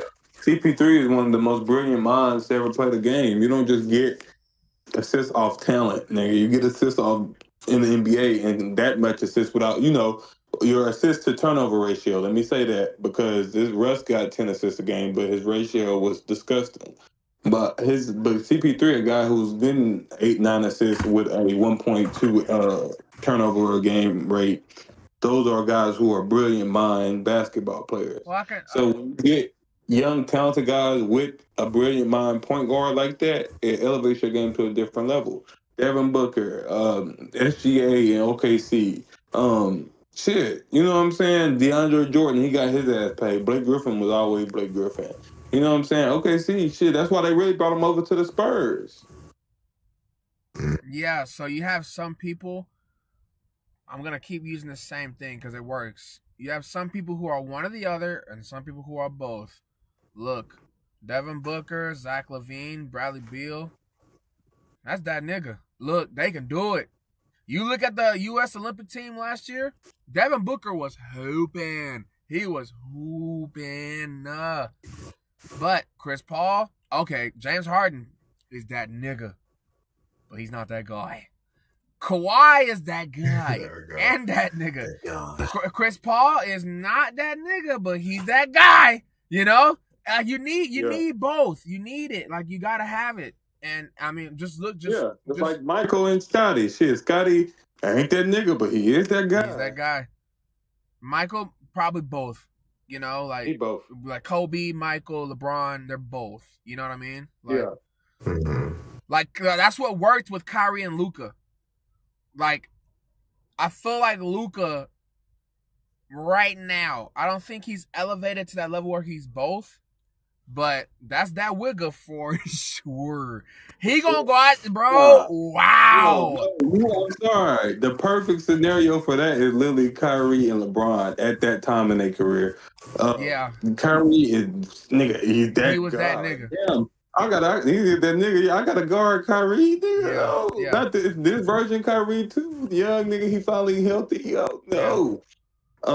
No ankle or knee injury. Well, ankle, yeah, but it was better. It was good by then. And then you got LeBron James, who just that nigga. You know what I'm saying? That was the perfect man. I hate that fucking reporter. That. I'm sorry. That would have been the second best, third. Oh, best about duo being ever. a father? Yeah. I would have left too. I understand him completely, 100%. That made me shit. I became a bigger Kyrie fan after that. I was sad he left, but I became I understood because nigga I like me respected that whole situation. Yeah, I'm sorry. I can't fuck with. I look. One bro. I'm sorry. I can't fuck with you no more, bro. You my dog, but nigga, no. When they start doing shit like this, bro, I'm sorry. I can't even hoop right like that. Cause the nigga, even if they catch me getting a picture with you and you holding my head or something after a big shot, it's gonna say father and son or some shit. I'm just cool off there. I'm a grown ass man with my own father. Yeah, and it's hard to say because like I don't think Kyrie should have lived in LeBron's shadow in the first place because I just feel He like wasn't to me, bro. To everybody who actually wasn't a fucking butt, he was not living in that nigga shadow. Yeah, bro no. was like 25 at the time. It'd be the people that nigga don't actually watch the games. That Yeah, like, the "Yo, Kyrie." nigga, every time, whether they won or lost, every time he played the MVP, best point guard in the league at the time, he put belt to ass, head to head, belt to ass to Steph Curry every single time. It's not, maybe it's a game out there that Curry put belt to his ass. That I don't remember that bitch, but he put belt to ass to this man every time he seen him. Like I say, any given night he wants to, nigga, I'm gonna be that guy, and LeBron gonna take backseat to me. And that's how I felt. I'm like, Think about dude, that. there's too many times where I'm not gonna say that he saved LeBron because at the end of the day, y'all are Oh no, y'all he sitting there did. saving each other. Y'all are having to save Like each I other. say, That's how I felt. They both had moments. Bro, it's like Yeah. this. That nigga literally was on the path. At that, if he would have stayed healthy and never had that damn, if the league was never after him after that fucking woke Jew shit, because you can say whatever the fuck you want, but you can say nigga and nigger all you want, and you might get a game suspension. But you say something about the Jews, nigga, you out the league damn near. Yeah. But anywho, let's not get Ran on by that. the Jewish people. Yeah, I don't want to get on that, ain't gonna let him but talk about him. yeah, we want sponsorships eventually on here, so let's not get on that. But he was literally on a path, on the same path as his favorite player ever. He was literally on that same path. Came in the league. He was on a little different path than him at the beginning because he came in the league and he was like the star on his team, but on a weak team. Got with his Shaq. Yeah, his shit. Sometimes in that clutch, nigga, Shaq needed to be saved, and LeBron did too. And shit, Kobe stepped up and went off. And it was some games Kyrie stepped up and went off, nigga. And he was literally on that same path, got his ring. They really should have went back to back, but he got hurt. You know what I'm saying? But what if it was? You know what I'm saying? Fuck it. You know, that's part of the Warriors dynasty.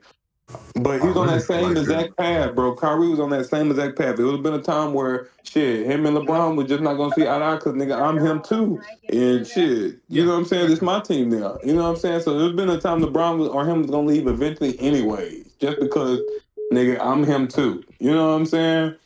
And he was on that same path. If they would have never got to that point where he had to leave and everything like that, bro, Kyrie would have eventually went off somewhere, bro, and everything would have worked out. I promise you. He would have got him at least one by himself as the head man. But eventually, shit, his career just didn't go like that. Shit, he went to the Nets after that, a little breakup. They all got a little injury stint, and then after that, the Jew shit, and shit, y'all know the rest. But I'm glad the Mavs got to see shit show that nigga I'm a hooper. I want to see what they do with this first round pick if they actually go for Cooper. They already said they're going to, but is it What did worth he it? hurt? What did Kyrie hurt this past year? ACL, I think. Damn. I'm about to Yeah. say, Yeah, y'all gonna get a half the chance to season see. coming in. Y'all gonna get a chance to see that Kyrie lead a team. And that's what I want to see because I think this is the best. This is don't quote me on this, It's but best I team do think this almost. might be the last chance. The For last him? chance to see it again. Yeah, for I him to do be the think. guy. The guy, yeah. Yeah, because when you're getting older, if you don't prove coming off of that ACL that you're still that guy, because you could come back off of the ACL and do your buckets and not be the Kyrie we're used to seeing, or you could be like Adrian Peterson, come back and be like, hey, bro, that wasn't nothing. Let me show you who I really am. Let me turn up on you. And if y'all recall facts, AP was one of the first dudes ever to get the new age surgery that we get now on the ACL. Kyrie will be all right, nigga. ACL, that shit, then I told that nigga Grayson, ACL is like breaking your finger now. He'll be all right. You know what I'm saying? He's going to be all right. He'll be all right coming back. Yeah. Because, I mean, if AP can sit here, come back after a season, get an all-new high and almost set the record. DK. Let me tell you something. Don't you ever compare no other man on this earth to Adrian Peterson. That nigga is different. He did not just tear his ACL. He blew out that whole knee. He blew the whole knee. The knee was supposed to be cooked, brother. It was never. Yeah, that was just, no man on earth was ever supposed to come back from that injury at that time. You wasn't supposed to have a career no more. That time in his age. Oh, that's funny. And I love AP coming out of OU. That's big for me. I love OU. My favorite running back ever, but nigga, don't ever compare no human to that man. That nigga different, man.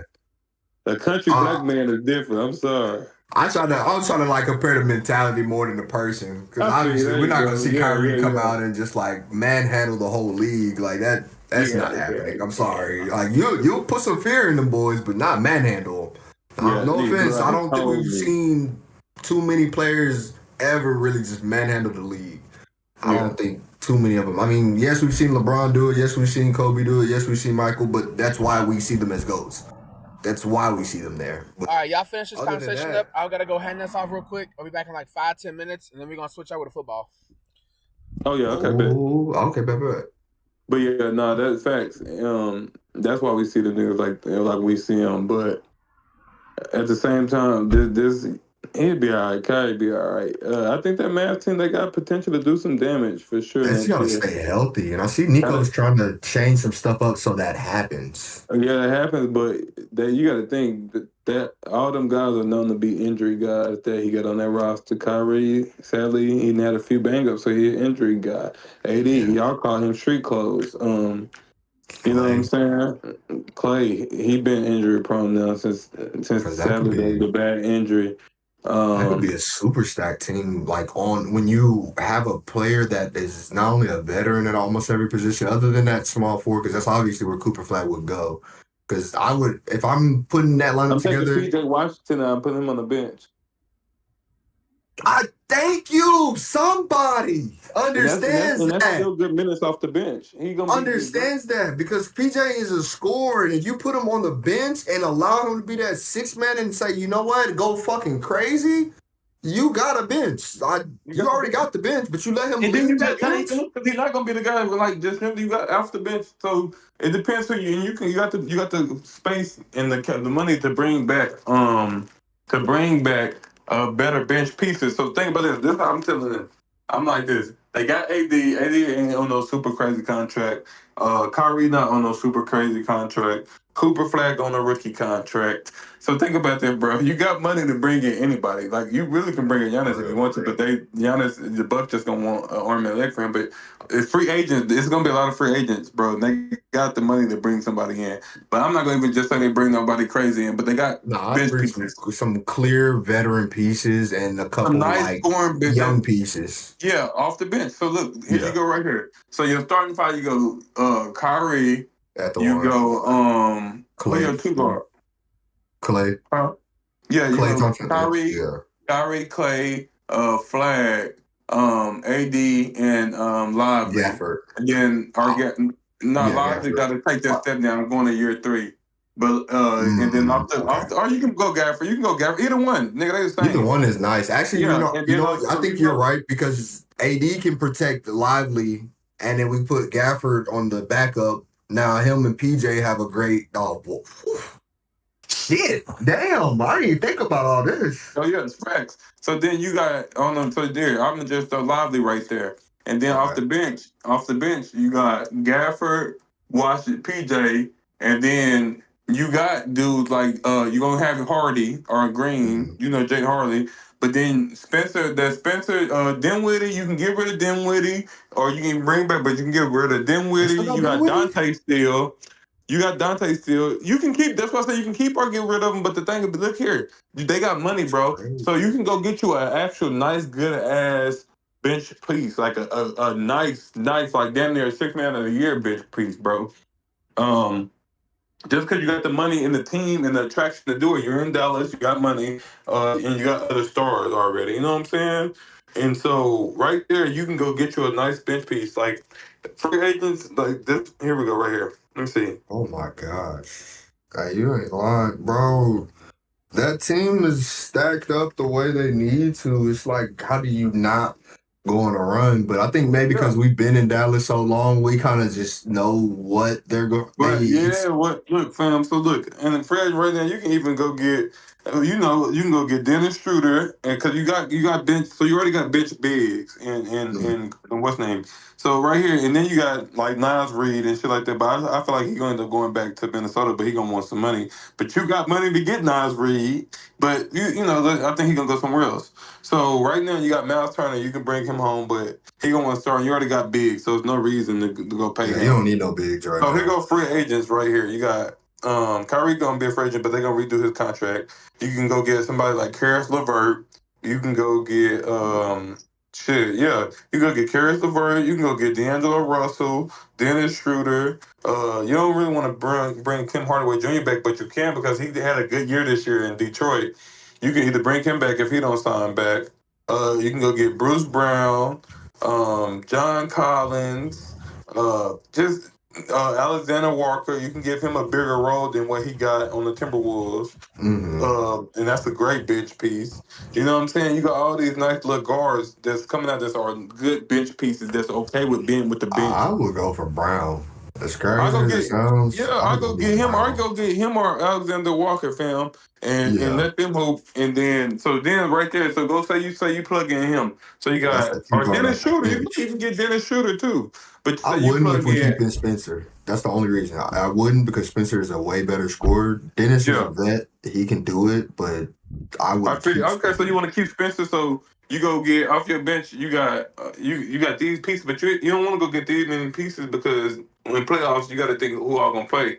These are all guys who are playable.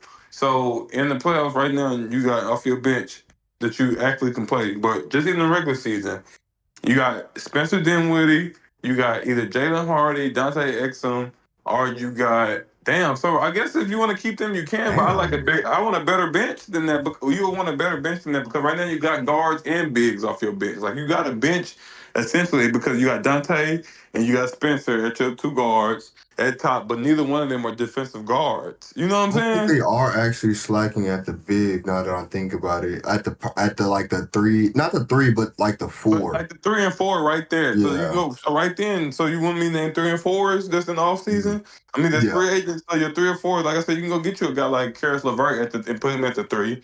Karis LeVert is a nice like 3 right there. I put PJ at the 4 off the bench if I get Karis. Because PJ, you know what I'm saying? He can guard you don't gotta be super big because you got Gafford right there, and your whole. It's not too many times you're gonna have besides regular season where you're gonna have a whole 5 in that's the whole 5 bench. Like nobody do that no more. You got somebody in your starting piece plugged in, then you put. You know what I'm saying? Like that. Yeah. But anyways, if you do in the regular season, you will. So you got right there. You can go Spencer Dante, Spencer Dante, Karis, PJ, Gafford. That's right there. You got a little bench. You got some scoring right there. Or you can go take out Dante. You can go because I like Jaden Hardy and took a step. So you can go Spencer, Jalen, PJ. Karis LeVert, PJ, Gafford. Right there, you got a good enough bench to keep you in the game. But here you go. Then after that, you got Malcolm Brogdon. He's a free agent this year. You know, that's a shooter. Malcolm A vet. Brogdon. Yeah.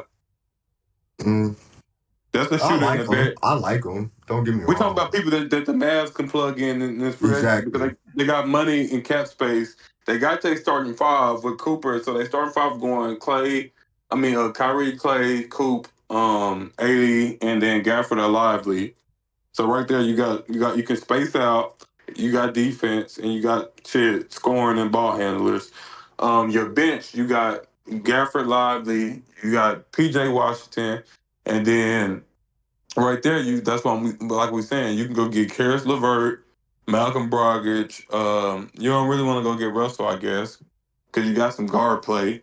Yeah, you don't need Russell. Nasri, I feel like I say gonna stand back with Minnesota. You can go get Tim Hardaway Jr. and bring him back because he had a good year in Detroit, but I feel like he might end up signing back with them too. But you feel like that, and they gone. But you can go get Bruce Brown. Dorian Finney-Smith, he might go back with Luka. It just depends on what direction they go in. Yeah, a lot you of don't those players might go back now that Luka is gone because that was their biggest problem was that they just wanted a little bit more. Yeah, That's a lot of those players, but I don't know. I don't know fully. That's what I'm saying. Shit, that's what I said. They want a little bit more. That's what their chance is. So you could go get John Collins, but John Collins is no bench player. So that means you have to take somebody. You basically have to play AD at the 5, and he Or you want have to to play play him as a 5. 6-man, and you already got a good 6-man if you use PJ. Yeah, a great. yeah. I don't think Sorry, PJ is a 6-man. I think Klay Thompson comes off the bench and you go get a 6-man. Ooh, and that's what I said. Because PJ can be the defender. I told him to get rid of Spencer Dinwiddie, and you got money. And what's name wants a bigger role. Alexander Walker. You can go get him. That's a good guard. Perimeter defender. You got Max Christie. Oh, you do got. Look, we forgot. Boy, I forgot They got a bench. So you got Max. So you got Max Christie and Hardy. Like a perimeter. We already said Hardy in there. So damn, here we go. So let's rearrange the bench. So right now you bench. He said you would start him and keep Clay off the bench. Where you putting PJ on the starting? 3. We're already adding Cooper Flags at the 2. PJ at the 3. PJ guards ball. That way you can rotate Cooper, Kyrie off, bring Clay in for an extra shooter. Other one brings ball up. PJ's still there, right? So like you can move because you don't want Cooper on ball. You don't want Klay Thompson on ball. AD can't guard ball, and Kyrie at 6 foot. We just gonna let him do his thing on rotations. PJ's got to guard ball. Yeah. Guard ball, sit corner. That's nice. And then what? And then your forward go with AD still, and then Gafford Lively, whoever you decide to go with. Yeah. Yeah. Okay, and then off your bench you got Blank at 1. Klay Thompson's still playing 20-25 minutes. Max Christie, 15 to 20 minutes. You know what I'm saying? Yeah. And then Gafford, or basically let's go Lively. Let's just say Lively off the bench. Lively playing his little 17 to 18 minutes. Yep. And then that's your playoff rotation right there. I mean, damn, do you really got to... I still feel like they need more though. No, that's the thing. They just need a 4-piece. Addition by subtraction. One off the bench. Addition by subtraction. They don't need. Getting more is gonna hurt that team. Having 11 players will hurt them more than having a solid 8. So if you want to combo some of them pieces and some money to go get somebody, okay, then you can go get somebody else for free agency. They got money in pieces. So I feel what you're saying. You're right. I wouldn't try to go get a whole 11 because at the same time, that means that's taking away minutes from Kyrie, and then we need them on the court. Oh, I got a fun game. So out of the 4 teams that's left, build a starting 5. Oh, actually, damn. Like out of all players. Out of all players, we're gonna do a draft right now, and then we're gonna go to football. Oh, you want to go first? Okay, the best remaining player, I'm gonna go. Whoa! So Cam, you want to go first? Yeah. Y'all, you know, Devin, this is probably a first one, but Cam, you know how this goes. You draft first, the snake draft. So next person gets, last person gets 2. Yep. Okay, bet. All right, I'm gonna go SGA first. Damn you. Go ahead, Devin. If you're taking SGA, I'm gonna have to go ahead and get Brunson out of there. Okay, who else? I'm making a list. Sorry. Hold on. I'm gonna get in there too. Hold on. Oh, okay, bet. I about to say we need low-key. Yeah, that's what I was thinking he was gonna get in there. All right, you go then, Gray. I gotta make. I know you about to pick. I gotta I make. might have to go look at these rosters a little bit just to make sure I don't miss nothing. I know who he about to go with. Which I'm surprised you didn't go with. I'm gonna go with Ant, of course. Halliburton. Nigga, Ant-Man. I'm gonna go with Ant. I don't put Ant-Man up where everybody else put him. You don't put Ant-Man over Brunson? That's fine. No, it's fine. Okay, so No, I said I don't put him up where everybody put him. Like, you don't I think he's a great player, but you took Bronson first. You wouldn't take Ant-Man over Bronson. No. And then next I got Oh, sorry. If I need a clutch shot, or if I know if it's game time, I'm sorry, Brunson. Brunson's consistent so far. Damn, you and Gerson got totally different opinions. And then next I got Karl-Anthony Towns. Oh, that's who you going first? No, I got Ant and then Karl-Anthony Towns. Nigga, Devin doing a family reunion. Well, damn. All right, you taking Karl-Anthony Towns off the fucking book. Okay, is it my turn now? No, it's Devin's. That one hurt because that's really who I was gonna go next. As crazy as it sounds, I'm going off the dome too. I ain't gonna look at nothing. I'm all off the dome. I'm gonna take Julius Randle. Damn. Yeah, I'm gonna have to take Randle. You got Brunson and Randle. Both y'all niggas doing reunion, and man, y'all niggas just basically undid the trade. Literally, right there. Okay, who you got? Okay. Yeah, that's a hard one. I'm gonna go. Okay, I got who I said first. SGA. Okay, I'm gonna take Siakam. That was good. You got another one. I'm gonna take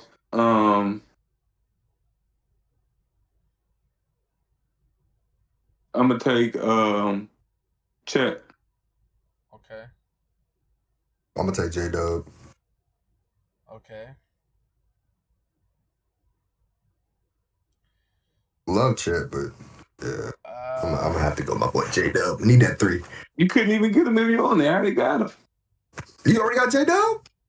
No, I got Chet. Oh, Chet. Yeah, no. Yeah. I was about to say, I thought you picked Chet. I'm gonna go with Mikal. Okay. I thought about him too. I did, but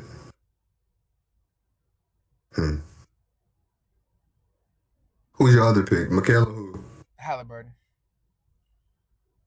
Damn, that's a nice. I know it sounds weird. It sounds weird, right? It's okay. Yeah, because you do got 2 point guards out there. Mm-hmm. No, you don't. No, you don't. You got Halliburton, Halliburton, Ant, Cat, and Mikal. Who was that last one? Mikal. And Mikal. Mm-hmm. Mikal could easily go to the 3, or Ant can easily go to the 3. That's not hard. It's on you, Def. I ain't gonna even stunt with you. Yeah, I'm gonna go ahead and take Gobert out of there. Okay. Cam? Who I got? I got SGA, Chet, Siakam.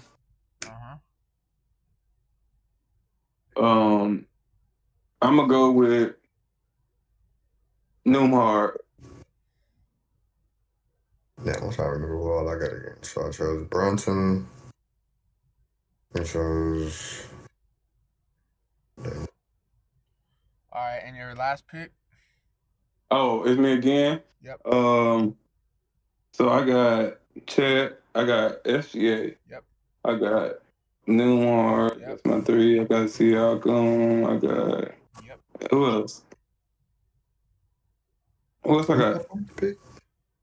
I got SGA, Chet, Siakam, and Nembhard. And you got one more pick. I'm gonna go with Damn,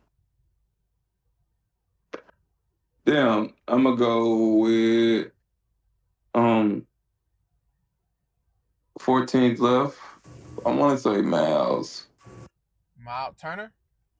Anyway, I don't want to go with him though because I already got big. I need a little bit more three.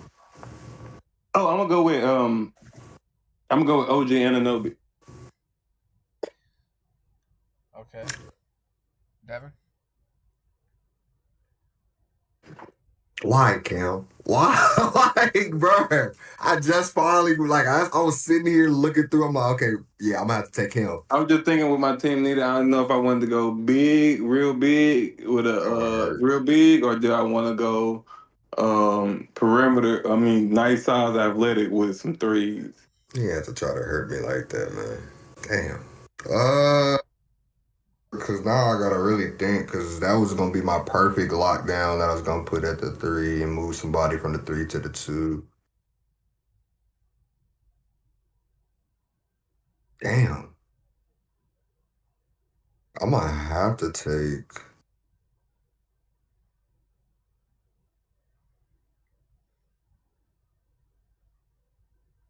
Doug. You got one off your top of your head already? Because I can't even think of my last pick so far. Who you got? Well, right now I got Randall, I got Brunson, I got Jalen Williams, and Gobert. Yep. Which that's a very big team with a small point guard. Go get you a Hardenstein. Go get you a. No, I already got a big. I already got a. I need a 2, or I need another 3 that can play the 2. And that's where I was going to get OG Anunoby, because I was like, cool, that's just a lockdown I can put in there, and he's going to play ball with them, because he's going to play like a dog with them. But if I can't get him, then as crazy as it sounds, I'm either going to go Naismith. Naismith? Yeah, I think that's what I'm with, Naismith. Because I wouldn't want nobody else. You already took Chet, which I was going to throw him in a crazy lineup. But all right, so you good? Naismith. I got Miles Turner. Okay. I ain't gonna lie, his team over there pissed me off. Because that's low-key a tough team. Yeah, we playing lame. We gonna play real lame, but it is what it is. Look, hey, first one to 200, baby. It is what it is. That would hurt, because I'm already thinking in my head. I'm like, the only thing that you're gonna have to deal with over there is inconsistency. That's the only thing you might have to deal with. Like, you might have the Halliburton have a bad game at the same time Ant might have a bad game, but you still got the players down low with Cat to be able to make up for it. Me, I went more on the side of like people that could play within a role together that I like with the clutch shooter. That's kind of what I was going for. I like J-Dub being able to be my 2, be like my 3 guard, but also be able to be my second scorer. Randall, even though he's definitely better scorer than J-Dub, they're interchangeable. So that's what I like about both of them. They're interchangeable. They both play defense, and they both can handle the ball. So now I'm not even having to put all the pressure on Brunson to have to bring the ball down. I got my defensive anchor in Gobert. Yeah. And then Naismith, I got my sharpshooter. That's how I feel. Okay, here we go.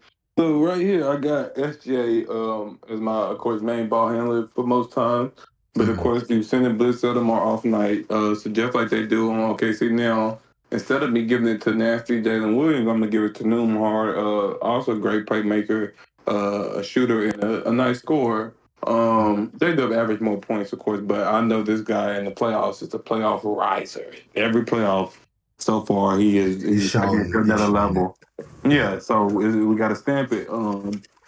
So I'm gonna go Newhart right there as my 2 and my secondary ball handler, and then at my 3, I'm gonna go in OG Anunoby, and have him also as my my main on ball defender. But I also got another good perimeter defender in SJ and Newhart. They are good perimeter defenders. So of course we're being like a zone. And then down low, I'm going small, but not too small with At my 4, at my 4 I got Siakam right there. Nice defender, but good scorer as well. So like I said, we can spread the ball out You got 100%. defense over there. Yeah, and defense and length and athleticism. And then at my 5, I'm going Chet, a good rim protector who can shoot threes, but also a nice scorer. So everybody in my top 5 can score and get a bucket when I need, but also can hold their own if we need to go to man. You know I'm an OKC fan, right? Yeah, I know that. The rim protector? I got two of y'all guys. Rim protector? Chet not a rim protector? He a chase down blocker. Yeah, he can chase down some shit. Yeah, he'll chase, but not like if we're talking like somebody coming at him. He like that. Well, that's okay, because none of you guys center are just for real threats in the paint. Rudy Gobert. No, Hardenstein is. Who got hurt? I said you don't know. I got guard. I didn't even think about. That's who I should have got. I told you. I literally told you to get Hardenstein. You said no. You said you needed 3. Yeah, because I got Gobert already. Yeah, but you could have put Gobert Hardenstein. Yeah, I'm not gonna lie. Everyone, no spacing right there. If you look at the roster construction of everyone's teams, there's a couple different things that you need on a basketball court. You need a facilitator, you need a scorer, you need someone to protect the paint, you need someone that could get a bucket at will, you need someone that can hit threes, you need someone that if they get hot, oh my God. Everyone on my team is number 1 or number 2 in every one of those aspects. Tyrese Halliburton is number 1 or number 2 in facilitating. Tyrese Halliburton is number 1 or number 2, and if he gets hot, he's the best player on the planet. Because you blink, and his shot's up, and he's hitting it from 50. He shoots really far. It might look ugly too. It's real ugly. That shit. Anthony Edwards is a bona fide bucket. He's gonna go get his buckets, and he is bring me home, Captain. And if he's hot, hey, all you're gonna see is a bunch of this. Right? That's all you're gonna see. Miles Turner, whether you want to admit it or not, he might be the second best paint defender in this whole list. Gobert's number 1 probably, but after that, Miles Turner's got it. Great rim protection. And also, he can move out the way on offense. That's why I like him over Gobert, because he can go sit in the corner and he can hit from top of the key. Karl-Anthony Towns can play back to the basket and front to the basket.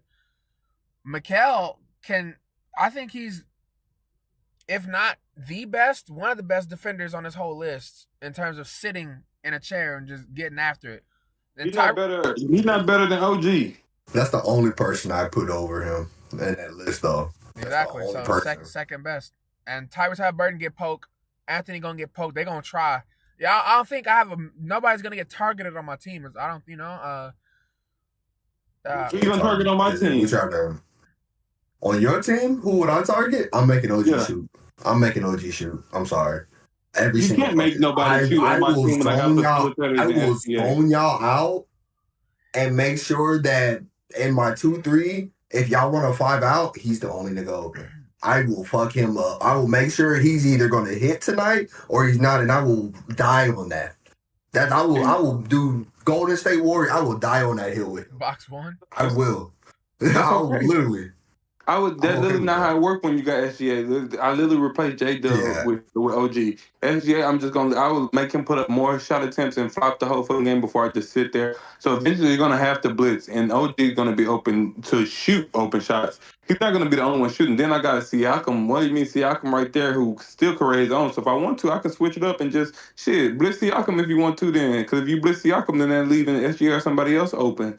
And then so there's no way to shut down. There's no way to just shut my main guys down to where I have to leave it to one person. That's not how it is with SGA. We've seen teams try to do that this playoff. Are we playing? Well, the teams do it, just not in Oklahoma. But he's adjust. He knows how to. And Oklahoma is a great. He adjusted to everything. He adjusted to everything everybody's thrown at him. I ain't gonna lie. Anthony Edwards has been playing really bad this playoffs, and I'll give the cookies to that. But I ain't gonna sit up here and just be like everything's roses either. SGA is night and day away and home. The favoritism he receives, that's not gonna work in this fantasy little setting. It's mud. It's get it. I'm not saying he can't, because he can. He's a fantastic scorer and he can do it. But the manipulation that him and Brunson, that's the only thing I feel I have an advantage on. I don't have nobody on my team that's like caters to playing the system. If this was, Rucker Park, first team to 21, I think my team has an advantage. If this is, pick up talking like straight dogs on the court. Yeah. You know what I mean? Like, it is what it is. Go get it. Go do it. Cool. But see, you didn't tell me that. Cam's team gives you. You're right. In the NBA set, you guys, y'all's teams definitely have like.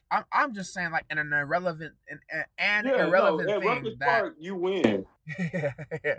Yeah, you got a freestyle shoot ball in Halliburton. You got a dog baller in Edwards. And then you got like a circus clown in my friend Mikal Bridges. Yeah, then you got a circus clown. You got a circus clown and Cat. Yeah, like, you got three of the perfect, almost three perfect players for Rucker Park. Yeah, that's three. I promise y'all that three. If they did 3-on-3 with Ant, Cat, and Halliburton, that would be a dangerous 3-on-3 at Rutgers Park. Yeah. Damn, I got a shitty team. Y'all making me feel bad about my team. I feel like I'm number 3 right now. NBA setting, we're putting the ball on the ground, we're running plays and shit. I got Newhart right there is whoever the play make. I got and shoot. I got SGA able to draw, like I say, draw a whistle, but also score without it as well. We're not gonna play them that much. I got Pascal Siakam who can score without a whistle. You know what I'm saying? And I got Chet on some nights when he want to. If he's got to be a third option, he's a great third option on my team. He's my third option. You know what I'm saying? I would literally, because Newhart would be my fourth option. OG my last option. But OG still on. Y'all know OG have his nights. When OG got his damn nights, he's crazy from 3 and driving to the paint and offensive rebounds and hustle plays. He damn near baby Westbrook without the ball handling and assists on his nights and better defense. So yeah, like in a put the ball on the ground with NBA game, I think my team got a little bit of advantage right there because, like I say, you got good defense, DK, but at the same time, these are all scores, and we're gonna hunt you. You're not gonna be able to score. We ain't got the best defense though. We got enough to get by. You're not gonna be able to score with us. I feel like it, but you Gray, you got a great team. Like, but I say you lack is Holly and they good defenders. Like they are good jumping the hole defenders, jump in the lane. Type defenders or whatnot. But those are guys that we can. Well, Halliburton and them are that we can hunt. You know what I'm saying? There's nobody on my team that you can hunt. You can't hunt. Buddy, he's not no bad on ball defender. Buddy, I'm putting my money on Ant and Tyrese before I put it on fucking Nembhard. Okay. What are we talking about right now? Crazy. All right, bro. Okay. Yeah. I love it. First of all, the number one obvious target who's getting targeted out of the 15 players is Gobert. That's just facts. That's just that because he can't guard the perimeter. You're not going back outside. But after that, dude, Nembhard's second. He's second, bro. I'm sorry, bro. Like you're not just gonna act like you got the. Wait, but no, as a defender, he's never getting targeted. But you talking about like offensively? Because as a defender, he's great in the regular season and the off season. Regular season and the playoffs. OG Anunoby self-check. There are certain players who play really good when you're guarding them, and some players who need you to guard them in order to play good. OG Anunoby needs you to guard him in order for him to play good. He's self-check. You know what? Shoot 10 times in the corner. I bet you make 3. And every time you miss, that thing is getting slung up, and we hitting open transition threes, or somebody's getting dunked on. So yeah, I can feel that. I just feel like in the NBA, I gave my reason. I feel like they valid. I feel it. I think I have the perfect team for a zone box 1 though. Let Mikal go crazy, and I have Ant and Cat on one side, Tyrese and Miles Turner on the other side. Maybe I'll switch that up so they don't play on the same team. But like boom, they are just it works because that's team chemistry +5, right? Like both of them, bro. Other than Mikal Bridges, no. Mikal Bridges played with Karl Anthony Towns. Karl Anthony Towns has played with Ant. Siakam has played with Miles Turner. Bro, what? The chemistry is on 100 right now. Everybody's feeling everybody. Perfect flow. Huh? Miles Turner. My bad. Perfect flow, man. Perfect flow. What you mean? Mine did too. Look, I got SGA and Chet play together. OG and Siakam play together. But they don't Perfect play. flow. All right, so And you what can- about and you Nimhart? can- What about Nimhart? You can plug Nimhart. You can plug Awkward. in almost anything. Awkward. No You team can plug chem. Nimhart. He barely talk anyways. He No barely got a team personality on chemistry. his team, he on. No team chemistry. This is Bro, what I man. can say. This is the facts of how each team wins. This is how it comes down. Cam, we already discussed your team is going to win. If your team wins, it's purely off of defense. We know that now. Like, you're going to lock down at least 3 out of the 5 positions, maybe even 4 out of the 5 positions. That center's not getting locked down. I'm sorry. As much as I love Chet, it's not getting locked down. No. But you can maybe even lock up at the 1 too. Now, on his end, he got dogs. If they come out, if Tyrese, Cat, Mikal, like that, he just has too much skill over there. That's the only thing that I hate about that team. It's a skillful team. If they come out and they dog, they're just gonna win straight off of pure. Everybody on my team is streaky. Yeah. Like, if my team wins, it's literally because we held into the end and Jalen Brunson made a clutch shot. I'm so serious. Well, that's the only motherfucking way we're winning over on my side. Like, just a clutch ass shot. That's how we went over here. But like, I hate to say it, he might have it for this one, but that's it. That's just the battle. The war, it ain't over. I'm gonna pick a better team. We're gonna find it next time when I pick a better team. Yeah. But boy, So we're gonna post those results. Players. We're gonna post those results and have everybody vote on those on Instagram and whatnot. And then on the next episode, we'll say whose team got the most votes. Hey, But- Cam, it's gonna be a favorite war. So I'm not even gonna get in my See, feelings here about we that. go. Here we It's go. gonna be a favorite war because as soon as they see Halliburton and Ant on the same team, they're gonna be like, "Oh, that's game." Like, what? No, that's like, come on, think about. I don't know. this He got little the bit more. MVP. He got the MVP. So He do got Shea. They might, boy. If I come out of this motherfucker with Yeah, 0, I'm not picking another They sleep team. on casual fans will sleep on Siakam. that's true. That's true. That's true. I feel like people don't ever like realize how much of a crucial piece he was with Raptors. That's Now, I'm his not own saying he's the podcast. best piece, but that him being able to lock up at that 4 and then making some crucial threes down the stretch. That's Siakam own fault. He was supposed to take off from that. He's been the same player ever since that, which is not a He bad should have player. left. He should have left Which is after not the a bad championship. player. But he's been literally the same guy since. Has not elevated in stats or anything. Like, actually went down just due to the team play. But yeah, But that's also like you had to think about why it went down. They had a star player that people were focused on. He goes, now they're able to focus on. So you gotta think, you should be able to. You get more shot attempts and everything with that, and people are not just dialing in and blitzing you ever. That only comes with special players. Just because you're somebody's number 1 option doesn't mean they're gonna blitz you. You know what I mean? True. Yeah, he just never elevated, bro. Never. He was the same player. Pascal Siakam, after he won the championship, was supposed to be that guy. After that, he never was that guy. That's the funny part about it. I'm like, But the guy he is not a bad player. he's a great He's a role great number player. 2 He's player. a great piece to any team. Don't say Like, role I player. would be happy. Damn. That's just Everyone's a role it's player. not bad to be a role player. You're great. I'd rather you be a role player than a bench player because if you're a role player, you're a crucial piece. If you're a bench player, I'm honestly throwing you almost anywhere when I need you.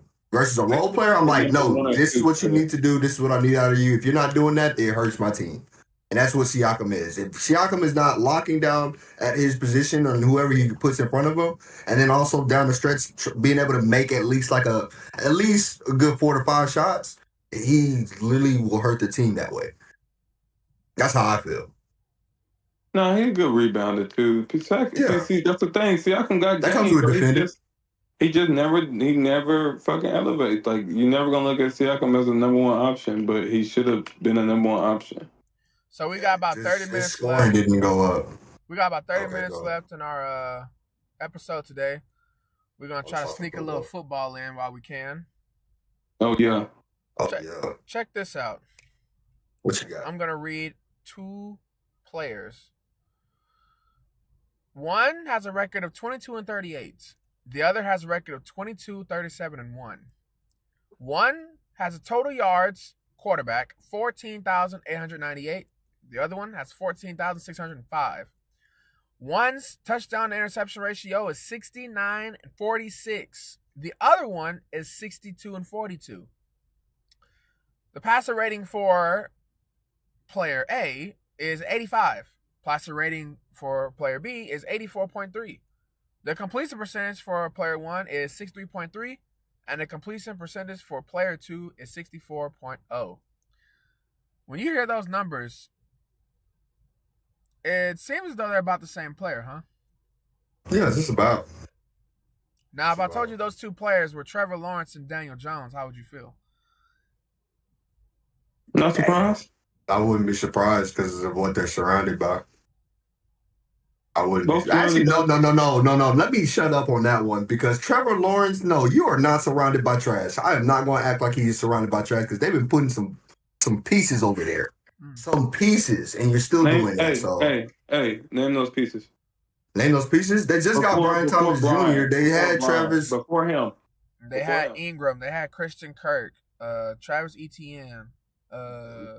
They had some nice pieces. What's that? Now Travis has fumble. He's going to fumble sometimes. We understand. They had a tight end and a Ingram. Not top 15 wide receiver. Hold on, they had one more receiver. Hold on. These are nice. I would put him top 15 slot. Put him even top 10 slot. If we're talking Christian Kirk. He's not a top 15 receiver, DK. Okay. He's not. All right, cool. All right, I give you it. But Man, are we you not? have to lace up the cleats and stretch and win 3 reps out of 10 versus him right now. You're right. Okay, I'll give you that. I said 3, so look, don't say we was gonna lock him up. I said 3. That's losing. That's 30%. Nah, I'm going more than that. Actually, not in my condition. Not in my condition. I ain't the same player. I ain't gonna get here and say that because then they going to call me one of them old niggas. But all right, or the worst happens. Oh, really, Cam? You get that message on Instagram, Cam. Let's go ahead and test that theory then. Like, shit. Let me tell you something, Christian Kirk. Don't bring a nigga like me out of retirement, buddy. I done hung it up and got into the CDL truck business. Don't bring me out of retirement, buddy. I'm fuck around and get a contract, my nigga. Don't do that, and you be the person I get a contract on. So today, the NFL they officially ruled that the tush push is not going into banning. Good. They needed 24 votes, and they only got 22. I'm gonna list the 10 teams that said no. Mind you, they only needed 2 more for it to be banned. The Eagles, obviously. The Ravens, the Browns, the Lions, the Jaguars, Dolphins, Patriots, Saints, Jets, and the Tennessee Titans. Which team biggest surprises you to say yes to the tush push being banned? Which team surprises you the most to say no, they shouldn't ban it? They should surprise me for no. Because like how fundamental they normally are about everything, they want everything to be even, fair, sound. Like, but then again, if it's in the rule book, they are the type of people like if it's in the rule book, we're gonna take that advantage. So then again, no, I'm not surprised. Never mind, let me take that out of there. Damn. I'm glad that's football shit, and I'm not no Eagle fan or nothing, but shit, nigga, it's football. Don't get mad if you can't get lower and beat these niggas. Shit, that's on you. That's how I feel. Cause I'm like, bro, as simple as this play is, it's football, fam. Yeah, I'm like, dude, what makes this play so hard that you cannot guard it? Well, like you can put the players here's what I'll push say. back. Here's what I'll say. 3 teams from one division. Watch this. 3 teams from one division rooted for no, don't ban the tush push. And the one team from that division that did say yes to banning it ran it the second most times in the league and scored the most touchdowns in the regular season from it. And that was the Bills and Josh Allen. Yes, ban it. So that's very interesting. Yeah. For the Bills to come out and say, ban it. When they were the ones that were trying to seek the most success. They benefited from it. Yep. Yeah. So that one surprised me quite a bit. Like why? Why would they? I don't understand it. Like, because like, it's not going to surprise me if you say yes or no. It's more of just the fact that it surprises me the fact that this even went to appeal. Right. Like, this even went to the fact of like, oh my gosh, this play is hurting us so much that we're going to say ban this play. I'm not going to lie. Y'all are some grown ass men. Like, grown ass men. And you're telling me that you're scared of 3 people behind a quarterback pushing him for a first down as a play in the NFL. Man, When there's niggas been plays doing that it are way before way more scarier than that play. Yeah. Way more Well, scary. see, wait. It's like, you know that show, Snowfall? Yeah. When he was like, Snowfall. cause you don't have to wear another nigga talk. Look, it don't got Yeah. nothing to do with broken necks or injuries or nothing. Nobody gotten hurt, period, from it. You're upset because you can't beat it? Boo-hoo! What are we talking about right now? Like, this participation trophy stuff has got to go. And I there's another thing that was taken off. That's what's wrong with America right now. Yeah, yes, America. The offsides officially can be done at any time in the game now, as long as you say that you're gonna do it. Before, last year, it was fourth quarter only, but now it's anytime. That also got lifted today as well. I hate that they say that you got to do it. Like, that's beat the point of the onside. Yeah. Oh, onside. Onside kick. Yeah, like a lot of. I was like, A lot of legendary plays, bro. A lot of legendary comebacks and shit has involved onside that happened in the third quarter. That, you know, shit A like surprise that, bro. onside? I tell you, bro. Yeah, like this shit right after half. Get the shit going. You know, like shit like that. That's just lame, bro. Like, bro, I feel like we know what we signed up for, and at the same time, bro, like if you feel like we let too much people on the outside have a fucking voice. Speaking of voices, so the Bengals have the defensive end who leads the entire league in sacks. They decide to pay both receivers because Joe Burrow can't do much without having a super team around him on offense. So they go then draft his replacement in Trey Hendrickson and still won't pay the replacement. The first round pick that they drafted, Shamor Stewart, is still in a holdout, has not suited up. He is sidelined holdout because he hasn't signed his contract yet. The Bengals and him are still not in agreement with his contract. At this point, it's embarrassing. It's embarrassing. It's ridiculous. And if you sign that rookie before you sign Trey is literally done with you. Yes. Well, they can't afford Trey. Okay? So that's why they drafted him first round. But you drafted him for a reason. What is there like he wants this astronomically high number? Because if not, then sign the contract and keep it moving. He's obviously replacing for a reason. You need him. This isn't a game. Your star quarterback came on the show yesterday on live TV and complained about why do we have to play all these road games and these primetime games, and we're always playing in Baltimore late in the season, in Baltimore, and we can't get our holiday games at home because you keep losing. You started off the past 4 years, the first 3 games of the season, which is 12 games, 1-11. Oh you start off every single season with a negative record. Dude, at some point, you got to rather commit to the team and win, go for it, or not. I'm not understanding this with the Bengals. I'm not understanding. They have too much talent over there to just be playing this 500 game. We're better than the Browns, but we're not a first-round seed. What are we doing? At this point, they're just giving out money shit. We just want you to stay here and sell tickets. We want you to stay here and sell tickets. We don't really want to win. We just want to sell tickets. Pisses you off because it's like we got Joe Burrow, Chase, and Higgins. We're gonna sell tickets, nigga. You see them shirts with them 3 on there, nigga? That shirt that made us $2 million alone, just that shirt. You know what I'm saying? That shit is for tickets at this point because there's no way you're trying to win. There's no way. They gave up a good defense, is what I feel. They had a great. They never had a fucking good defense. They did. They had a good defense. The 1 year they went to the Super Bowl. Oh, that year, Literally. yeah. That's it. Okay, I thought you meant last year. And they literally gave all of them up. For That's what? how I feel like For what? for nothing. Speaking of give up, please, for the love of God, stop putting on my timeline these quarterbacks throwing 40-yard throws against no pressure. Who cares? Anthony Richardson does not look generationally different because he has goggles on and he can throw a 45-yard post route on no pressure. I'm like, you should be able to do that. If you can't do that, why am I watching Daniel Jones throw back shoulder smash concepts on a 3-step drop with no pressure or pads on? He doesn't look no different. He is an NFL quarterback. As a fan, I don't give a fuck that Shedeur looks 10 times better than Dylan Gabriel with no pads on. Yeah, bro, it's gonna be. We all know we ought to play the sport, so we know exactly when them pads go on. Is he lagging? Is he lagging?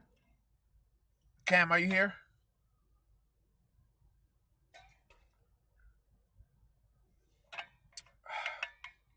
Cam, are you here? Hello? They both lag out at the same time? Did I lag out? Hello? Hello? Hello? Alright, so I'm the only one that's here. Well, I can't hear y'all for some reason.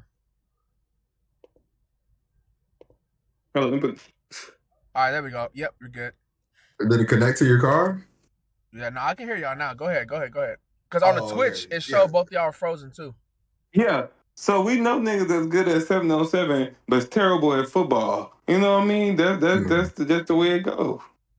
It's not even that it's like a 7-on-7 thing, but it's the fact that, like, because 7-on-7, you still running concepts.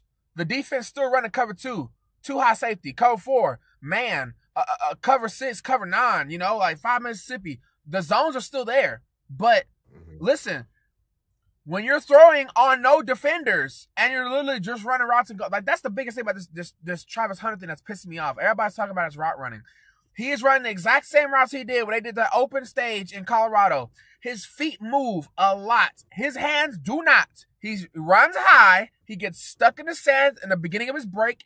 And every elite cornerback is going to wear his ass out, period. They are not afraid of his speed. That's the fact. And you know that drafting him. But at the same time, he can play cornerback. He has footwork that can play both sides. He is not a receiver. But if you look at that route that he ran with the no gloves and no pads, the no arm sleeves, he ran a 6-yard sit route with an inside breaking shoulder, and a quarterback threw an out route. That was a misunderstanding in the route. That was not a bad ran route. That was an inside sit route.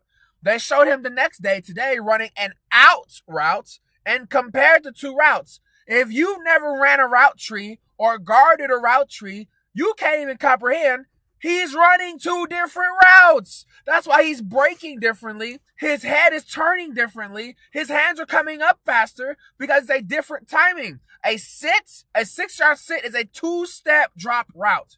An 8-yard out route, a 15-yard out route is a 3 to 5-step drop. That is completely different timing. So I'm not saying that you had to have been a pro to understand these things, but dude, none of that even matters because in a game, Trevor Lawrence is not throwing a 6-yard sit or an 8-yard out route. He is going to be running a play and scramble drill 90% of the time he's in the Jacksonville Jaguars offense because Brian Thomas is receiver 1. Thank you. I was just about to say that because you're not going to be receiver 1. No matter what you do out there, if you're playing the other side, you're either receiver 2 or 3. And I'm okay with that. I'm okay with putting him there. I can even put him at the slot. He was never known as a great route runner. Y'all know them guys and played against them guys and seen these guys that move funny. I'm a funny moving guy myself. it's not going. He's just one of them guys that know how to get open. You know what I mean? He's going to be one of them guys And and I make feel like he plays can in track the space. Yes. ball. And he can track the ball. And yes, and then his catch radius is big. He's athletic as hell. See, So that's all. And then when he's not going to ever get the main corner, that's what we're wrong at. The main corner is going to Brian Thompson Jr. And if not, that nigga's going to have a career year. Oh, absolutely. Year. Well, see, the thing is, so on offense, it's easier to explain offense first. On offense, you have people who know how to create space and who know how to get open. People can create space at the peak of their route or at the jump of the gun at the line of scrimmage and immediately are open. Thank you. Let's talk real fucking And football. then you have people who don't have the best routes, but somehow, some way, they get open. Travis Hunter does not create space. Travis Hunter gets open. So he might have a post on the concept, but mid-play, he sees the defenders splitting this cover high. It's single high safety. I'm not running a post no more. I'm sitting on this. I'm turning into a go. That is getting open. That's not creating space. On defense, you have defenders who are like glue attachers. You're going to work so hard to get off of them. And you have some defenders who you look open the whole time until that ball is in the air, and they are ball hawks. Big gamblers. Travis Diggs. There are some cornerbacks who are just gamblers. You look open the whole play, and all of a sudden, it's 6 the other way, period. And that's how Travis Hunter plays defense. You look at his play on offense and defense, he relies on his brain and his last-second change. He's never going to be a perfect route runner. And you should not expect him to sit there man on man at the line of scrimmage and say, I'm going to lock your best cornerback, your best receiver up. Hell no, he's going to get fried. Let him play 6 off and trust his instincts, period. Like, stop overthinking that. Well, I say he should go to the slot. That's crazy. But he'd be great at the slot because that's the person you want to find your open spaces every single time. Now, if you can find somebody to just fill in that receiver 2 spot that can actually be a threat, that offense then becomes to the point of can you really stop it if Trevor Lawrence is throwing the ball the way he needs to? Can you really stop it? And so you look at, let's bring science into this. You look at the spin rate of quarterbacks in the league compared to drop passes in the league since Trevor Lawrence has been in the league. It's Trevor Lawrence and a gap. And then there's Justin Herbert, and there's a huge gap. Trevor Lawrence throws the ball really, really hard, but he also puts a lot of spin on the ball. And a lot of receivers, they don't have the hands that can literally stop the spin on the ball to keep the ball in their hands. That's science. That's facts. That's just the truth. Travis Hunter has the hands to be able to slow the ball down, grip the ball, and keep it moving. That's why body catching receivers don't work with every quarterback, right? They just doesn't. Yeah. Mahomes needs a certain style of receiver to be the best he can be, but he can slow it down to throw to any receiver. Russell Wilson's ball can get to any type of receiver because it's just soft enough, right? It's just the right spin, right? Ben Roethlisberger, same thing. Phillip Rivers needed a certain kind of receiver because he wanted to launch that bitch every single time. He's zinging it. Trevor Lawrence can't help but zing it. So Brian Thomas is going to make a lot of plays, but the get open plays, that's where Travis Hunter is going to work the whole season. So I'm honestly not worried about the routes. I personally am not. I'm not worried about the motor. I'm not worried about him being goofy. I'm worried about doing the exact same thing he did in Colorado. When shit is the fan and Trevor Lawrence is running, can he find a way to get open? 2 yards down the field, 5 yards down the field, 30 yards down the field. Because Trevor Lawrence can make all those throws. And I was just about to say that. I was trying to say improviser. The type of quarterback he's amazing with or work with is improvising type quarterback. And that's a Shedeur Sanders type quarterback. So just like you said, Pat Mahomes, you gotta be a type of guy that can get open. That's why he can win with non-all-star type wide receivers. Because if you're a guy that can just get open, nigga, once I make this play, shake it, and run out this way and extend the play, you're the guy I need. Just make the catch. That's the type of guy Travis Hunter is. When shit hit the fan and you need me to go open and you run into this way, I promise you, I'm going. and get open, and I got a huge catch radius. You know what I'm saying? And after that, once you give me an open space, nigga, you bet on me. You know what I'm saying? Let me give you another cookie. Let me give you another Yeah. cookie. You know somebody else who is not the best route runner, but gets open. He is not a home run hitter, but he's going to get open. It's who the Titans got in free agency, Tyler Lockett. It's perfect. Look, get somebody who can make home run plays and get somebody who can just get open. That's Tyler Lockett. You don't have to be the perfect receiver in the league. Travis Hunter doesn't have to be the perfect receiver in the league. But if you could just be a damn Tyler Lockett at best, a Smith and Jigba at best, that's good enough. That's perfect. Oh, man. I forgot about that because I really thought you were about to say Restrepo. But even to think that Restrepo gets to learn behind somebody like Tyler Lockett, that's going to keep him in the league. Yeah. That's just a sidebar. That's just a sidebar. Yeah. Just thinking about that. Because I like Restrepo. I think he's more of like a Wes Welker build. So speaking of Wes Welker builds, you got Garrett. I think that's his name. I say it wrong all the time. You got T-Woe, the rookie. You got J.C. Horn, the rookie. You got Adam Thielen. And you got Hunter Renfrow. Man, that Carolina Panthers receiver room is deep. And them boys, they're not 6'5". Well, you got one. But them boys is all route runners. All of them are route runners. Wow. Legit. Oh, my gosh. If this was, look. That whole offense, if they don't produce, yes, I'm not even going to blame the offense at that point. I'm going to the coach, and I'm getting you out of my top down because there's no way you don't produce with that. That's a lot of talent, dude. There's too much talent. And who they got at running back right now? I didn't even see. I saw they drafted a running back out of the draft. Yeah, they drafted a running back. Oh, okay. Let me go see. Yeah. Carolina. I love that Bryce Young is getting the actual help. It's a game. Knicks up 87-83. Yeah, they got Trevor Etienne, Rico, and Chuba. Oh, and they got Raheem. But yeah, Chuba and Trevor Etienne is gonna be fantastic. Yeah. And Trevor Etienne? Trevor Etienne, yeah. I like that. I like it too. I like that because you got your big back and your scat back. It can play big too. Absolutely.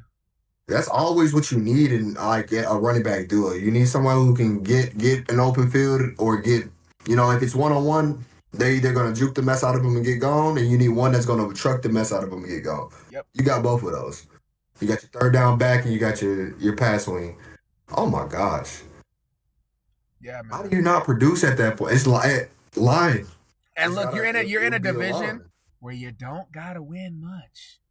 Look, 9-10 games. You're going to the playoffs, bud. The Bucks are cool, but it's not a lot going on over there. They got Arizona, Saints, Bucks, Panthers.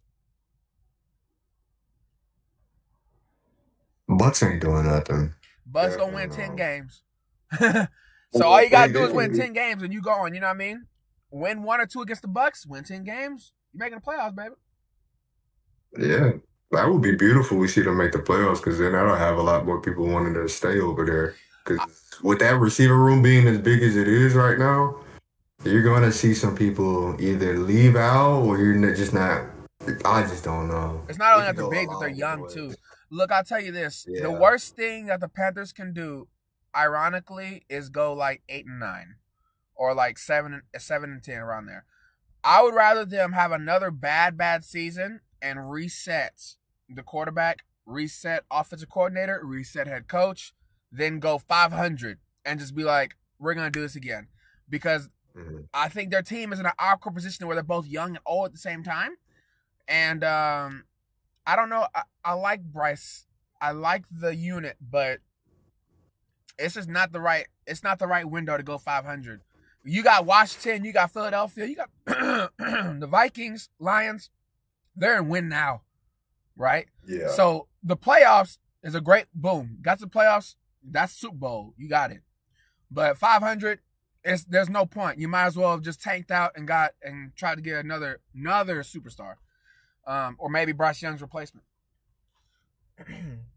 Well, before we even, because I know we're getting closer to the end. We got like 6 minutes. We're already here. We're in Dallas. We know we're from Dallas, so we got to talk about the fact that George Pickens got picked up, and does that significantly change the offense enough to go to the playoffs? That actually do good. Cam, you want to go? They should already have a playoff team. No, you said it's a playoff team.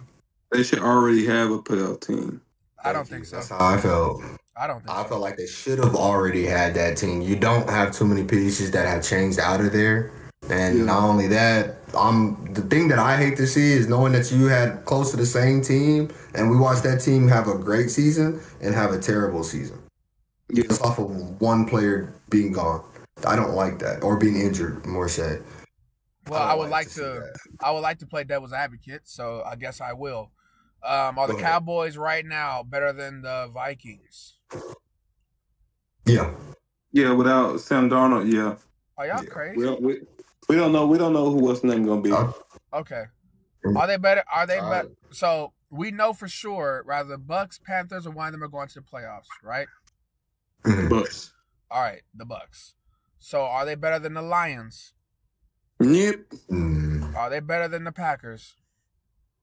Can be. They can fight with the Packers. They really can. Yeah, they really. Okay, that just depends on that. They should beat them. Okay, somebody in this division is gonna go. So are they better than the Rams? Yeah. Because somebody in the division's got to go, right? So the Rams and Bucks are locks. The Rams and Bucks are locks. Okay. Yeah, they're supposed to beat the Rams. But that division, somebody in that division's got to go. Do you see what I'm saying? Yeah. Okay. Are they better than the Commanders or the Eagles? Commanders, yeah, not Eagles. What the hell? Bro, no, they're not. No, the fuck they're not. Bro, no, they're not.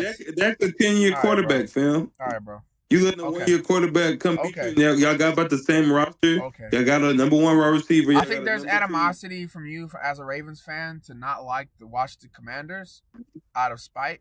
Because that's ridiculous to say, like, on national television that the Cowboys are better than the Commanders. That's crazy. Oh my god. There's no way you're saying that. I gave you the Vikings, but really, bro? There's no way you're saying that right now. Not the Commanders. I'm sorry. Look, George Pickens joined that team and made them clear-cut favorite to not be last in the NFC East. Congratulations, but you are not going That's first. All I felt. What? Like, so the Cowboys winning 12 games? You have to beat out Washington all season. Are the Cowboys winning 12 games next year? I don't know, because they regular season guys. No. Bro. It's not, I don't know. Are the Cowboys winning 12 games? I'm not a Cowboys fan. I don't know. Okay, so speak unbiasedly. Are the Cowboys winning 12 games? No. They're not going to playoffs, bud. Right now. Then you're not going to the playoffs, bud. I will deck myself out in Cowboys gear, something I ain't never. You got it. Hey, look. Hey, then they got it. Boy, if the Cowboys win 12 games, they're going to the playoffs. But they're not winning 12 games. Because you're telling me you got to beat the Eagles twice, Washington twice. Then you got to make sure that you still double down and beat Giants. Not saying that they can't. It won't happen. Because they should be able to dog the Giants. But then you're still thinking about teams like the Lions in the NFC. You're still thinking about teams that are still up there that are going to go through and run through them. I'm not going to lie to you. I just don't see it. Yeah, you're trolling. And if you look at the NFC East schedule, no. Have y'all seen the NFC East schedule? Nah, I haven't seen it. I'll read this and then we'll cut it for the day. I love you more. So I gotta head out because it's 7:00. Cowboys got the Eagles. Cowboys got the Giants, so that's 1-1. They got the Bears, maybe 2-1. Packers 2-2. Jets 2-3. Wait, what? Panthers, 3-3, maybe 4-2. Commanders, right? Broncos, Cardinals, Raiders, Eagles, Chiefs, Lions, Vikings, Chargers, Commanders, Giants. Now, I would want to say, yes, y'all should win 12. Yeah, you have a much easier. I'm just going to go with history because we've been here too long way too long to be like, okay, yeah, they gonna do it just because they got this player. Now, historically, if we want to say history repeats itself, them getting George Pickens is nice, but you're still missing one crucial piece on that offense that is always something they've had, and that's a primetime tight end. I'm sorry, a primetime tight end. As crazy as it sounds, I mean, you've had plenty of them. Now they're trying to apparently fight for Kyle Pitts, but I don't see that happening. I don't know. Just because he wants to go there doesn't mean that's going to happen. Yeah. All right, guys. With that, we're gonna conclude today's episode. Thank you both for joining us. We'll be back maybe tomorrow, but for sure within the next 2 days, we're gonna get back on schedule, guys. We'll keep going. Thank you to the 5, 6, 10, 20 people that watched today, and we're gonna get some clips out and get the voting going for our All-Star teams. See the end of this Knicks game, end of this Yankees game. We'll see you guys tomorrow. Devin, Cam, thank you guys. Yes, sir. See you tomorrow, man. See y'all.